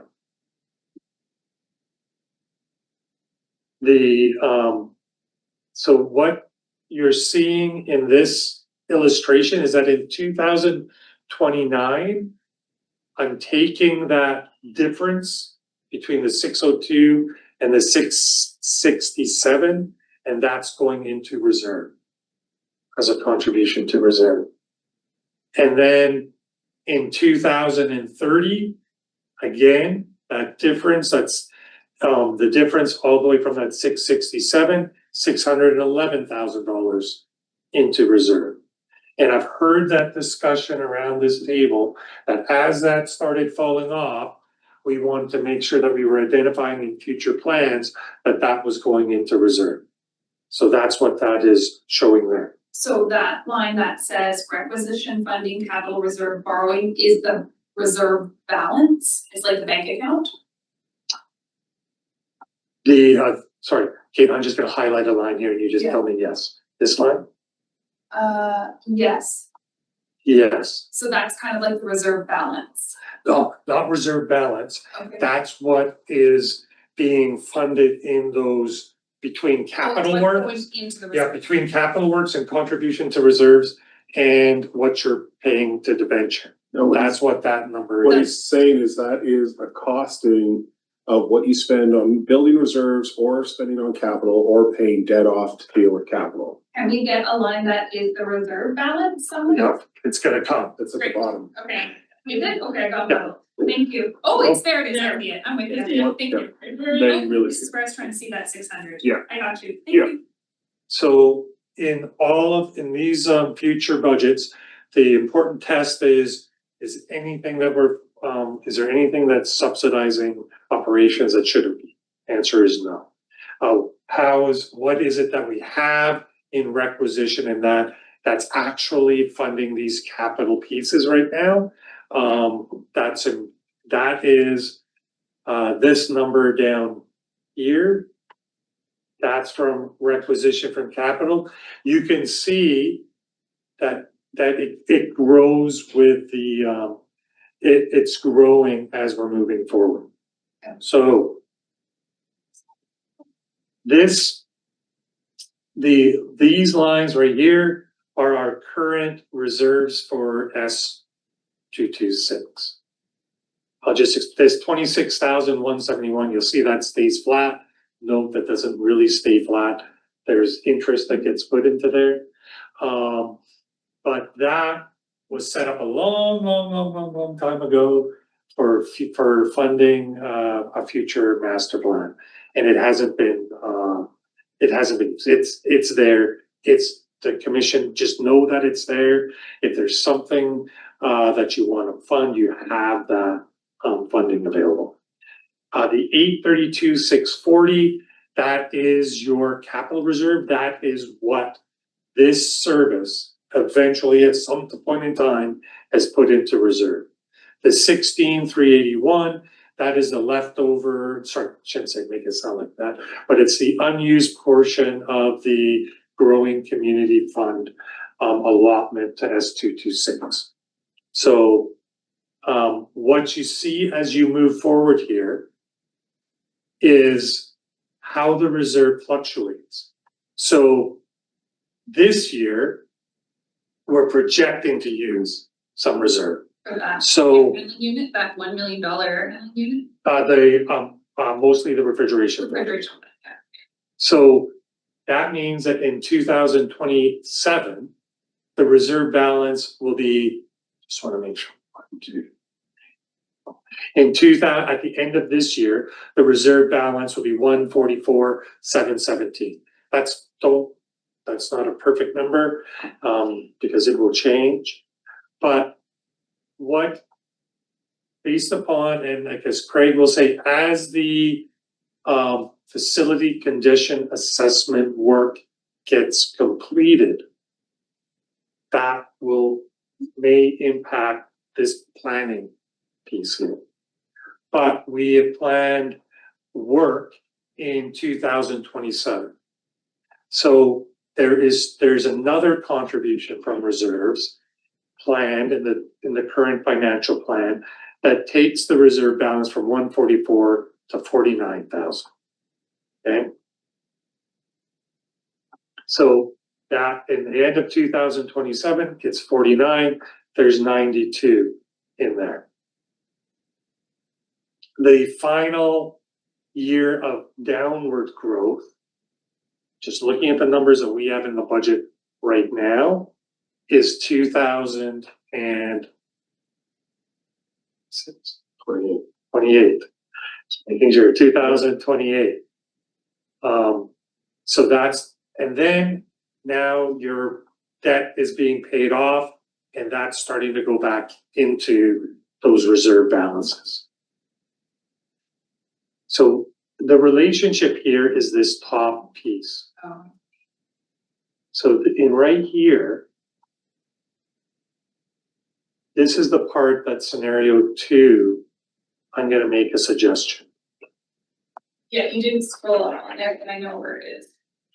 So this is what we're already putting in or projecting to put in, use in requisitions for these things. I think moving forward, I know there's another conversation on this about setting up a service to possibly fund capital. So that could still be a part of that discussion. But I think it's prudent in this financial plan to start targeting, to make a target.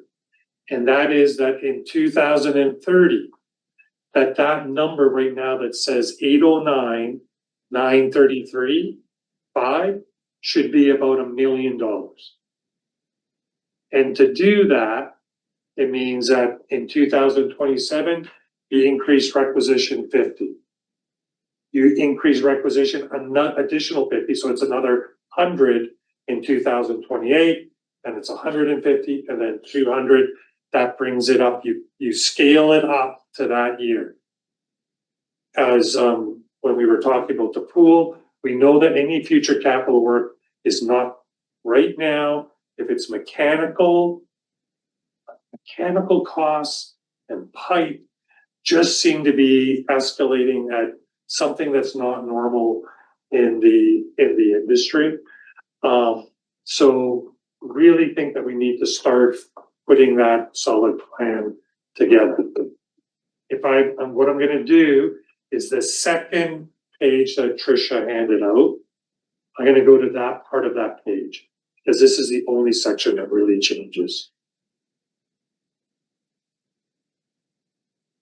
And that's all that this part is illustrating. That's that $50,000 going up, so that as that debt comes out, inside your requisition, you've got $1 million. What you do with that is like what we're doing in Castlegar. In Castlegar, if we have to borrow to do work, like in this year, we're projecting a short-term borrowing. Craig, it's for the roof, right? The short-term borrowing? Yes.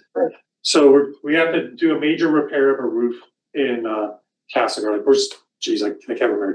We're spending a lot of capital in Castlegar. We spent over 2.25 million in the last few years. And as we're doing that roof, we plan that capital work. If we have to borrow, we plan for it to be paid by this set amount of money. If we can do everything without borrowing, we do that. Anything that's left over goes into reserves. But we move money between reserves, the funding that's coming in. And if we have a high expenditure year, we're actually able to project out to make sure that we've got the funding available for those future projects. So Castlegar started a number of years ago. It went from $600,000 additional requisition to 7 to 8. This year it's 9. Next year they're at $1 million.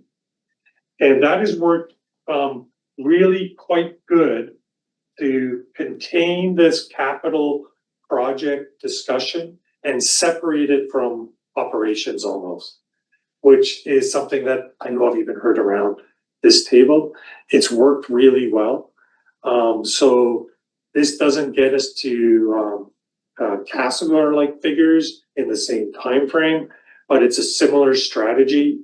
And Craig will be, as we get those facility condition assessments, as the asset management team is able to put that into a plan, you'll be overlaying that in this section of this discussion right in here. And that's what you've offered in scenario 2. That's right. And remember, that doesn't impact taxation this year, but it's part of the plan. And I just think it shows staff and that future commission next year, that there is a plan here for what we're targeting for 2030. Great. I'm gonna say it back to you shorter. Okay. This year, we are not funding operations from surplus in 2026. Absolutely.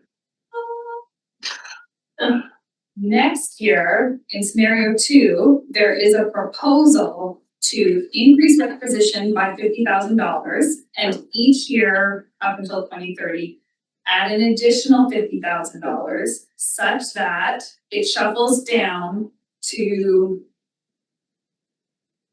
Just over a middle. I know I got the million, but what is that? That's not the reserve, because the reserve is lower. Correct. The reserve is low, Yeah. but it's all the funding that you have in requisition Okay. that is capital related, whether that be a contribution to reserve or what you're actually spending. Okay, so it might go to this like spot that's gonna then get bumped to reserve. Correct. So okay, and then that reserve is its own little pocket that we draw on in 10. You draw upon when you have, if your capital project is 1,050. Yeah. You might not put anything into reserve, that you have that 1 million, and you might draw 50,000 from reserve to do that project that year. Difference goes to reserve. Cost recovery stays at 40%. Thank you.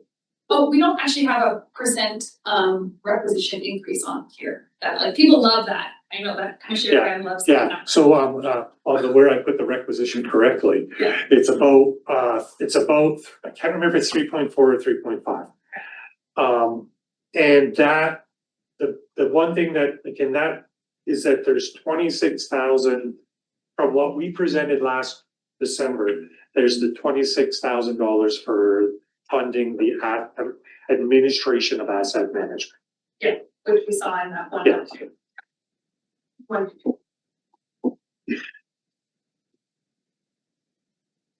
Okay. Is commission wanting to set a direction on stair 1 or 2? Like, I'm not hearing too much opposition. But someone should probably move a motion. Is there a motion here? I'd like to sit on it. I'd like some, we don't have to do it today, do we? When's your next commission meeting?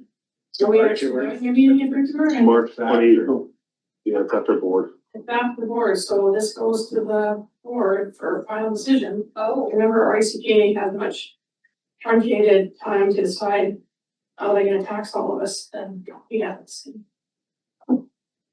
So you're saying in this budget, we're looking at a 3.5% increase this year. We have And a, as we start adding the 50%, I don't know what. we're scheduled for What is next week. $15,000 what cost? I can tell you what I can tell you what 1% costs in the city of Nelson. I have no idea what 1% costs for this. I have not done those numbers. If we give direction today, I don't think we end up meeting the February 10th meeting. But if we don't, then potentially we would come back on the 10th of February and have this discussion. Yeah, Newell, sorry. This is the 5-year plan, This is the 5-year plan. and it's not embedding, it's overstating it, but it's providing guidance to the next commission on the direction that we felt would help us get to a more, well, would allow for less borrowing for major projects. That's all we're doing, is just reducing the borrowing amount. And so for me, I think it's a good direction. It's a small price to pay. So I'll move the recommendation that in the 5-year plan, we incorporate scenario 2, and the next commission will do what the heck they wish. Seconder, Oh, yeah, second, yeah. seconded by Kate. Cheryl did have her hand up. Oh, Cheryl, do you have a question or a second? No, I was gonna ask about that special board meeting that was supposed to be on February 10th, but then it seemed like you brought it up, so. Yeah. Okay. So any more discussion on this item? Seems like we've talked it out a bit. Seems like good direction. I think it's good building from last year. I think it was a lot of work from where we started last year, and I'm super impressed. I'm really excited. Thank you. Okay, all those in favor? Carries.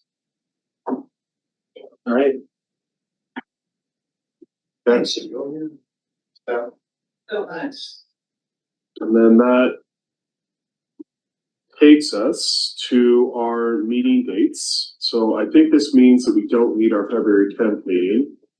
So that can come out. Is there any other pieces that we need to chat about on this calendar? Cheryl, yeah?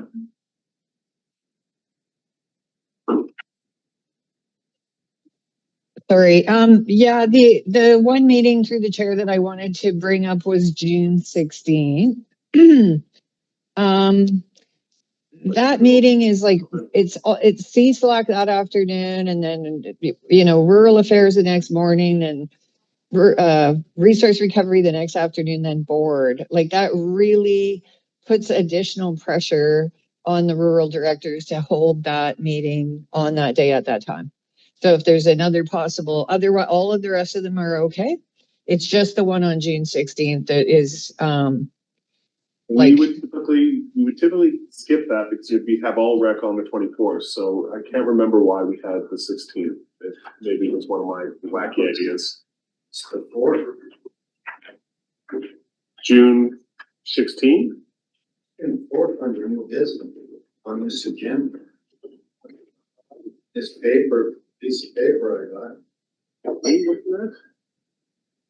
It was the 16th in the minutes, but now it's the fourth here, so Under new business, old business, I have under old. business.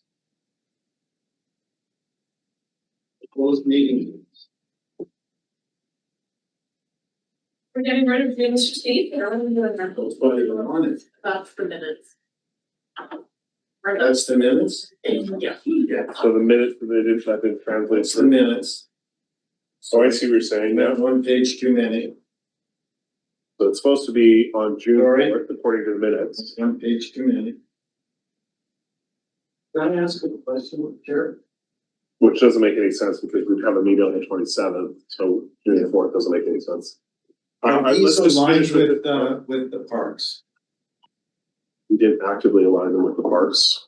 Oh, that's all I wondered, Yeah, because we're rushing. because this is we're cram- working. Yeah, we're cramming ourselves into it. Yeah, I hear you.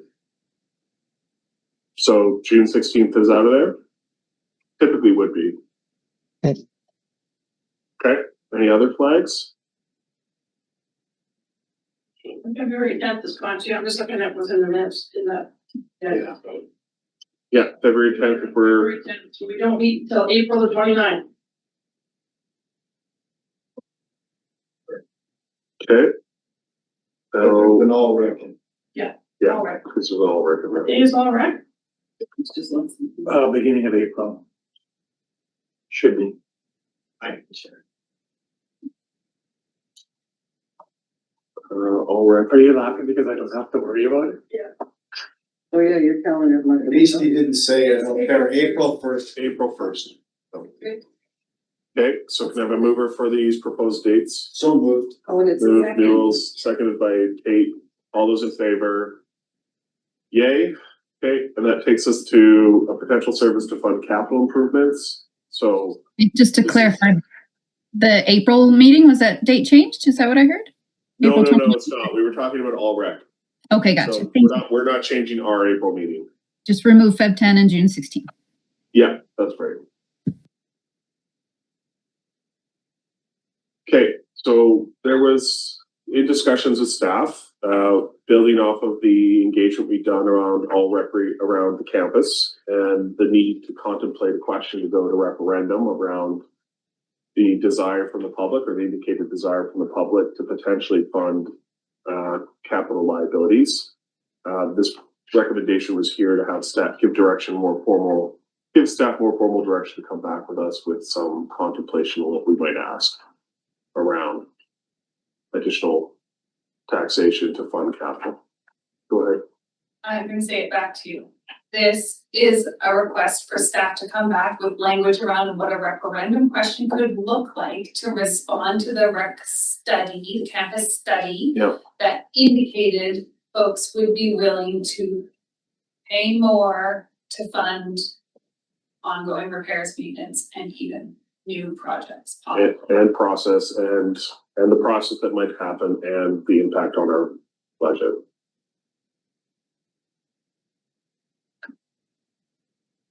Process and impact or Well, like, referendum what- question? Well, referendums have different processes, there's Okay. timelines, there's different, you can go alternative process approval, you can do normal referendums. It could be coincided with an election, it could happen on its own, it could have cost implications.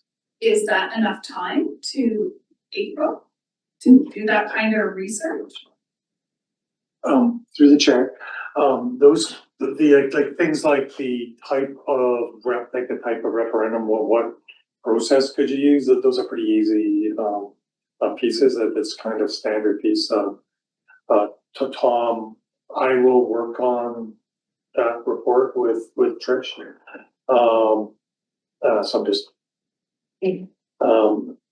The, big piece to know, like what you might wanna, if your target, knowing a target is is kind of important. If this is something you wanna do this year, to have it in place for next year, yes, we need to have something to you, quickly, for you to make a decision. The big thing is just having that conversation of what it is that you want to accomplish. And I think it's this, I think it's Keith, like, I think the idea is a new service. Through the chair, that's, It's an A though, right? pardon? It's an A, not an S. No, it would be an S. Okay. It would be a new service. It would be something that, and this is something that we could bring this back to you, so you can have that political conversation. You're going to referendum to ask the public to fund a capital service that is primarily for asset renewal. But it could be, if we're sticking with the flavor of engagement, that could mean City of Nelson recreational asset renewal. It could mean NDCC asset renewal. It could be something that is local government owned in the service area. Cheryl was first, so I'll go to Cheryl. and then back- Thank you. So, through the chair to staff, like, why do we need a service if this is only for NDCC capital, that it's already in a service, why would we need a second service for that? Through the chair, part of the, piece, like through engagement, I believe, and that there's 3 city councilors, so it might be better for you to just concur if I get this right. But was that anything that we were creating in new funding, that could be used for City of Nelson facilities or regional district facilities as determined by this table. So right now, the current service, for example, couldn't fund the structural upgrades to the Civic Center roof. But if you were to create a capital service like that, there was this desire to make sure that it stayed within a certain amount, that if we were doing something, and it wouldn't preclude doing 2 things, but it's just that it would always stay in this amount that you could either use to do work on the soccer roof or entryway there, or on the NDCC on a pool upgrade. But the point was that you wanted to make sure that it was a push and pull, so that it wasn't that the City of Nelson was funding a structural repair on one of its facilities, and additionally, there was this overlapping capital project on an NDCC or something. And remember that right now, what you're talking about is going to voter assent to say yes or no to that type of a service. It is a difficult service to explain to the public, but I'm sure Sarah is up to the math. But that would be kind of meet the intent of what that engagement conversation was about. So through the chair, if I Yeah, may, go ahead. like, I will say that Area E will be opposed to another service. Like, I already have heavy opposition to this Rec 5 service in the Blewett area. So bringing a referendum, I think, would fail. So I really do not see Area E participating if we have a choice in this referendum. And that's where Area E would stand. Thank you. Okay, thanks, Cheryl. Kate? What is I'm really running out of time. I'm 5 minutes late already, but what is the difference / benefit of building a new service as opposed to creating an amendment to the bylaw to incorporate additional things within the existing S226 bylaw? Probably neither here nor there, but you'd still require to go to referendum. Yeah. And I don't know which one is easier. But, and maybe you guys can dig into this, to me, it seems simpler to explain capturing additional services within the service than a new service that might capture other things that are possibly already within the service, but possibly not. Mhm. Just some feedback in a 4-minute conversation. It sounds like that would be a referendum and a process that could be captured in the report. Yeah, Yeah, we can a try. couple of options, Yeah, because that is an option, and it would be a referendum question. still a referendum, but potentially easier to explain. Well, and then something we can debate. So, Yeah, I think it's gonna be difficult either way. Okay. Because I think you're gonna get, if you put it in the existing, it's gonna get confusing as to why potentially City of Nelson stuff is now included. And then there's potentially pushback on that. I think it's semantics on whatever. I understand why. I think it just comes down to the point of view of the person reading the information. And I think both ways will have its difficulty. Oh, sorry. And Um, back for public comment. so we need a mover and a seconder to have this come forward. I have a question. Yeah, question? In this plan going forward, this is just a side, because I'm just gonna watch how a question comes to the table for a referendum. Going forward, considering the fact that we now have a rate that's 25 years. old, 30, 23, okay, 22, sorry. and a pool that's ancient. Are we currently, the way we're building out this budget, are we gonna be on top of our asset management plan for these buildings, which probably need some substantive repairs in the not too distant future? Or do you see having to go to the public if we can't increase their requisition because of some other major catastrophic thing that might happen to these two facilities while they age? Yeah, It's just like what we own, what we're doing to make sure that it stays functioning, and how big is the risk that we could be going to the public to ask for money solely for keeping the two buildings that are the responsibility of this service operating? Just to be clear, when you say, I'll answer the first part first. There's nothing saying that the plan that that I'm gonna put into scenario 2 will be enough. It is to start that plan. Once that detailed facility condition assessment gets done, Craig, late fall. Yeah, okay, that's good enough wiggle the group. Late, that you start to receive in late fall. That will help inform a longer plan. So the King Castlegar started right around that facility condition assessment and a whole bunch of other work that laid the plan out. Yes, it may need to be adjusted, but any plan would be. When it comes to, there's two different pieces. I believe that what we heard at engagement is that the community wants to maintain the current recreation infrastructure. They would love it if we could expand it.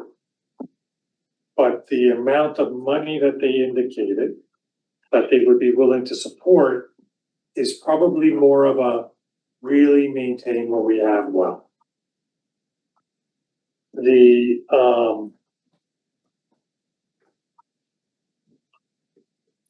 So the difference, we will do this in the report, so maybe we shouldn't get into it right now. But I think what we're trying to attempt with this topic is to say, the community through pretty extensive engagement indicated something. How are we showing that to them in a plan? And we'll bring back to you two different ways. One is inside the current service, some changes. One might be a new service. The one thing that I would say is we'll write down those pros and cons and try to take that political, make sure that we're capturing what might be concerns for different political constituencies in the report. I'm gonna move the motion onto the table just to see if there's a seconder and see if we can have this conversation. Seconded by Tate. Are there any other questions from commissioners on whether or not we set staff to this task of creating these options? Okay. Then all those in favor? Passes. I'll just add, I can't speak for area, but what Graham shared could be a sentiment. Yeah. But what I see as valuable come getting a report from Craig is that when we find out we should have a reserve of 7 million and we have on our way to 1 million, we're going to have to address that gap before we even start to talk about expanding our asset capital investment thing. Because these, as we've learned, our pools are, very expensive. And the rank, who knows where the roof's at and, that kind of thing. So I think we have to look at both elements. We have to look at what the process would be. And we also have to get the nitty gritty, like where are we at with this? It was a miracle back when we got the pool renovated or enclosed it. Like it was literally a miracle. Maybe in retrospect it wasn't, but at the literally like the last week or something, we would have to go for another million and a half, and we got a grant that came in to help us not have to increase the requisition the next year by $1 million, just like that, or borrow another million if we could have. So we've been kind of lucky, even though we had to close it down, we've been kind of lucky a little bit too. So it's going to be quite interesting what comes up with the next 8 months or so. Thanks, Jared. Thanks. Yeah. Love to hear the editorial, Amy. That takes us to public time. So we've got two members of the public with us. Andy or Bill, do you have anything you want to ask questions of? I'll defer to Andy because he wanted to ask the question previously. That's okay. That question was answered, actually. I'm not sure my place here because I'm taking over David's position as chair of the commission. He indicated that he was about open, have the opportunity to ask questions. And I'm not sure if that's the case. What I would say is this: first of all, I was really appreciative of the work in the budget. It's obviously very thorough, and it must mean that there's just tons of work done. So I commend you for that. As a person who's got lots of big budgets, school district and other places, so I commend you for that. My thoughts on the referendum question. I guess I believe that if you do public consultation and something comes out of it that requires further exploration, I think it's owed to the public that be done. Or if you don't, then all future public consultation is looked at as sometimes with a little bit of trepidation. Well, gee, this is what came out last time, but it wasn't happening. So my recommendation would be to look at it carefully because it did come out of public consultation. And again, I would say there should be some responsibility to follow up in some way. That's what I would suggest. Okay, thanks for the comment. And any Bill?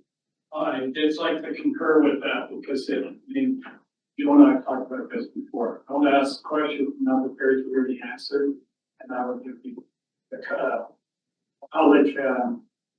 I'm not a distrust, but a John aside to lens to. The one thing I hear when we're talking about facilities and that, and is utilization and the maximization of our present facilities. When you talk about the piece about, I guess I did under current job postings, Kate's question was around more physical part of it, do we lose or save or is it a wash if we don't have a staff? Are there times when programs will have to be canceled because of lack of staff? Tia or Trish? Yeah, through the chair, I think, both Ryan and Tia can correct me if I'm wrong, but I would say yes, that is the case. That there is? Yeah. Okay, so can I have a follow up and Go ahead, then Bill. part of that is based upon obviously registration, the people's interest in that particular part. But if we can't get staff to run the part, what's our recruiting process? And that doesn't have to be answered now because that's my question. Somebody wants to answer later. I tried to find out through email and I couldn't get to a particular spot that let me believe that this is the recruiting process. And are we going far enough in that process to actually attempt to get the response back to, you know, what we're talking about, the public engagement now? That goes into the, and thanks, there's some, my head's imploded, so with all this stuff, so I'll leave it at that. Was there a comment from staff? Was that just feedback? I think through the, Bill, I know that the team, Tia and Ryan and the other managers in the district, because it's not just, one service, struggle sometimes, but they have, there are initiatives that are still ongoing to help people train that maybe aren't trained, and to do those kinds of things that we fund in order to try and ensure that, we have skilled people that can lead those things. The team has put a lot of work in the last number of years, and I'm just gonna check in, try to keep an eye on one on Tia and one on Ryan, but I think it's actually been fairly successful. We've gotten more lifeguards, more of those kinds of things, but what is particularly changed, is that we used to get people in at lifeguarding and we would have 20-year lifeguards. We do not. And Ryan, do we have anyone? No. And it's really, and we don't have that, it's not looked at, like a career. And I don't know if that's just the changing mentality of always changing that's in our society, but it's really interesting. You get one more supplemental. Okay, if Go I ahead, Bill. may, just a follow-up to that, I know this alternative discussion, but I think there are new realities that are and new cultures out there as far as our generation that we're looking at. And it may require different and more investment into it. Because I find it difficult hearing all this program is, this facility is underutilized. Okay, do we need more investment in which to bring that about?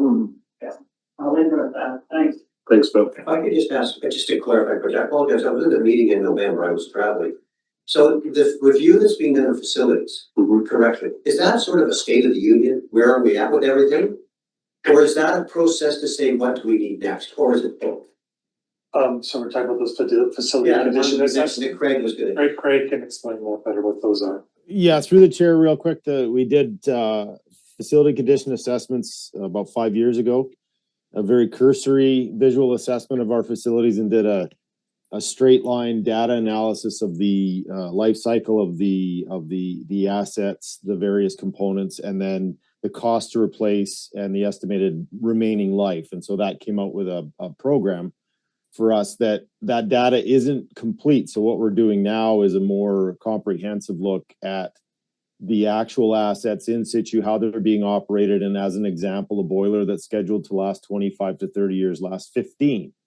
And so now we're using those numbers and net present value of our dollars and all of that for looking at this so that we can come back to the commission to say, you know, right now the 2027 capital budget is very minimal because we're anticipating those numbers being populated with actual tangible investment opportunities or needs.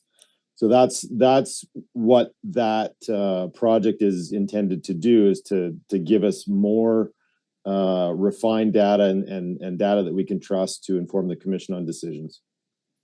Thank you very much. Yes, it's really about what we own now. It's not a master plan. And just so you know, that the city of Nelson is also working on the same plan. And if you listen to any of our budget deliberations, and particularly around facilities, we had facilities last week. We will be having facilities update on February the 6th, the Friday. I would encourage you to come to the meeting or listen, we'll have another update.